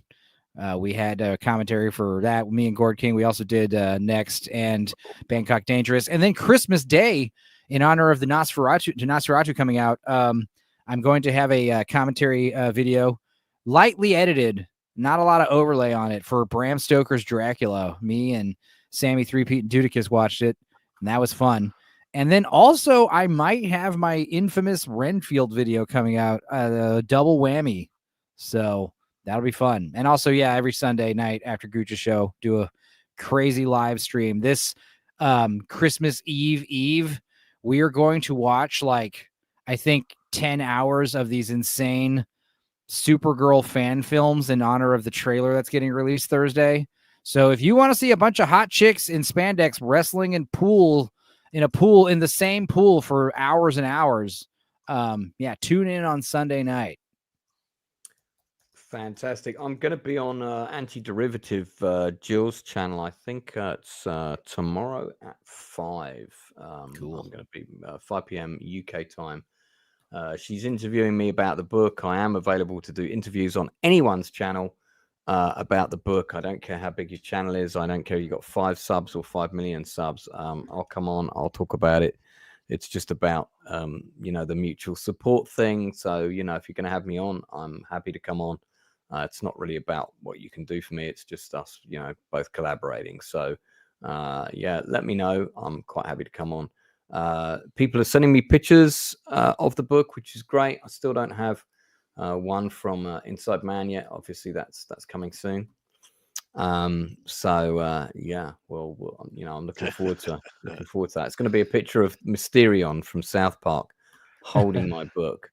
But yeah, thanks to the people that have picked up a copy. I really, really do appreciate it. We showed some of those people earlier today. Very much appreciate you spending your money. But this picture definitely takes the biscuit. So, it's great that people can finally see the Gord King in person. Face reveal. I did not expect we get a face reveal of Gordo. Face reveal of Gord King. We'll be watching The Wicker Man on tomorrow. So tune in for that. Yeah. Nice. Fantastic. All right, so that's it from us. That's the final Nielsen ratings of the year. It's not the final live stream. I probably will do a late night with Lancey. I'll probably do a late night with Lancey on Christmas Day. Christmas Day is always quite weird for me because, I've spent a couple of Christmases on my own recently. I've got my lodger flatmate with me this Christmas, so I'm not going to be on my own.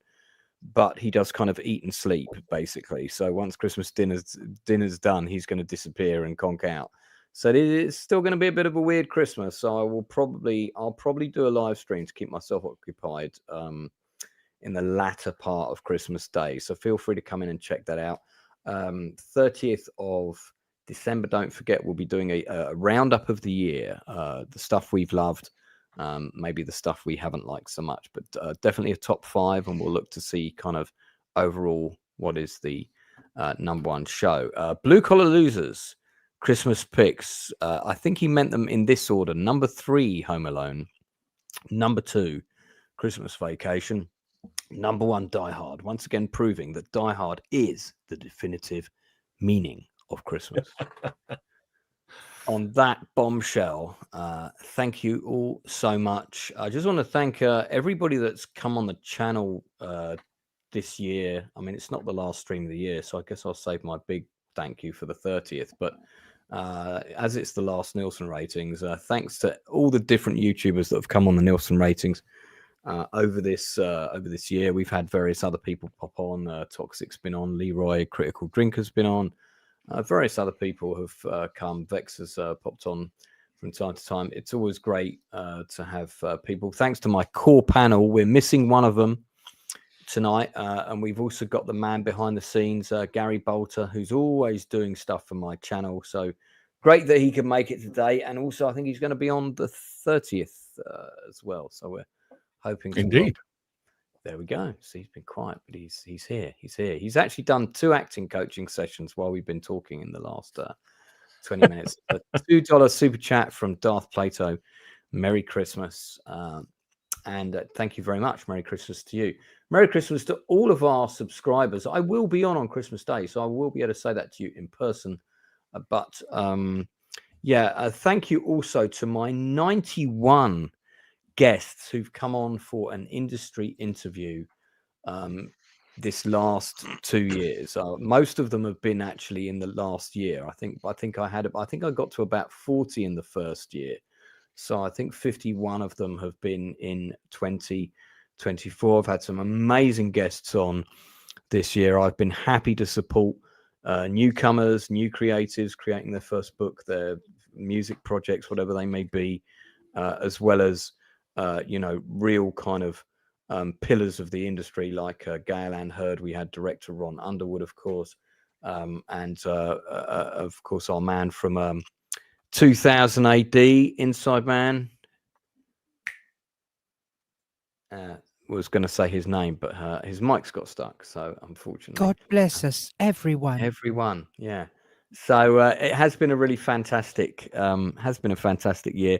I have to say, even though there have been some really difficult times in 2024, of the last 2024 has been the best year for me since 2017. So had some very, very difficult times in between, but 2024 for the most part, I just, some big leaps have happened. Big leaps with the channel, big leaps in my personal life, big leaps with dealing with my PTSD, which is, is nowhere near as bad as it was this time last year. So, and a lot of that has been down to the stuff that I've done on YouTube, the collaborations I've done. The channel has been a fantastic outlet for me. It's done my mental health no end of good, despite having to spend so much time with Enzo. I still have managed to rally and remain positive. So yeah. Just kidding, buddy. We love it's a double-edged sword, man. Yeah. I mean, we've got to talk about so many Mexican recipes, but it's all good. So that's it from the Nielsen ratings for 2024. It's not it from the channel. And don't forget all the people that pop up in chat on a regular basis, especially our regulars like Wormy Spoons, Darth Plato, Atom Gray, Tildosaurus Rex. What did that say? The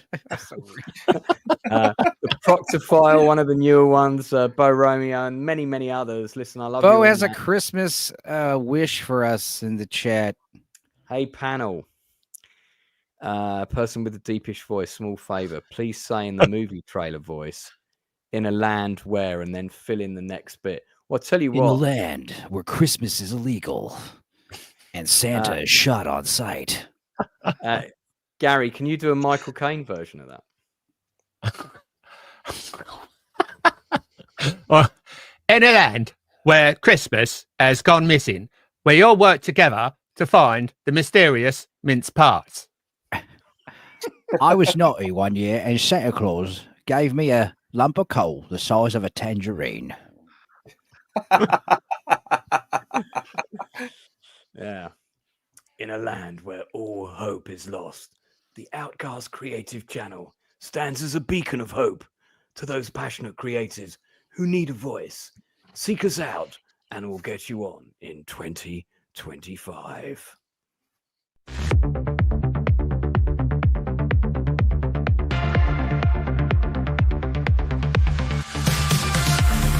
Hang out the lands at the Outcast Creative, where all the misfits and dreamers get innovative.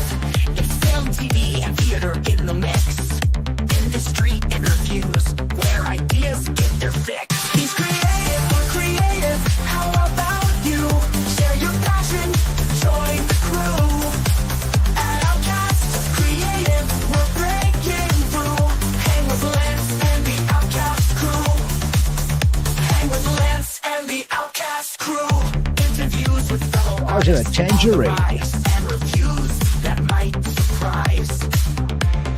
Films, TV shows from back in the day. You might just find a hidden gem today. He's creative, we're creative. How about you? Share your passion, join the crew. At Outcast Creative, we're breaking through. Hang with Lance and the Outcast crew.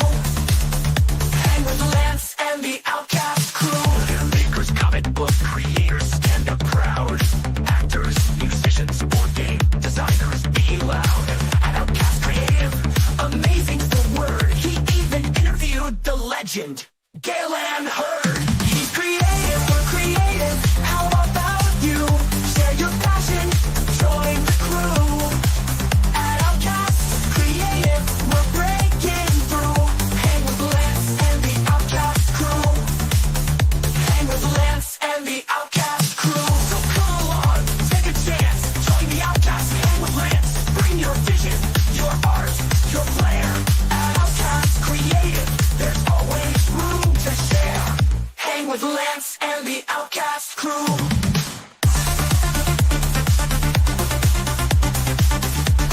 Tangerine.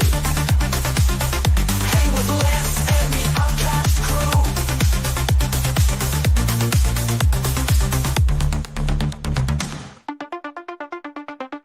Donal is supposed to blow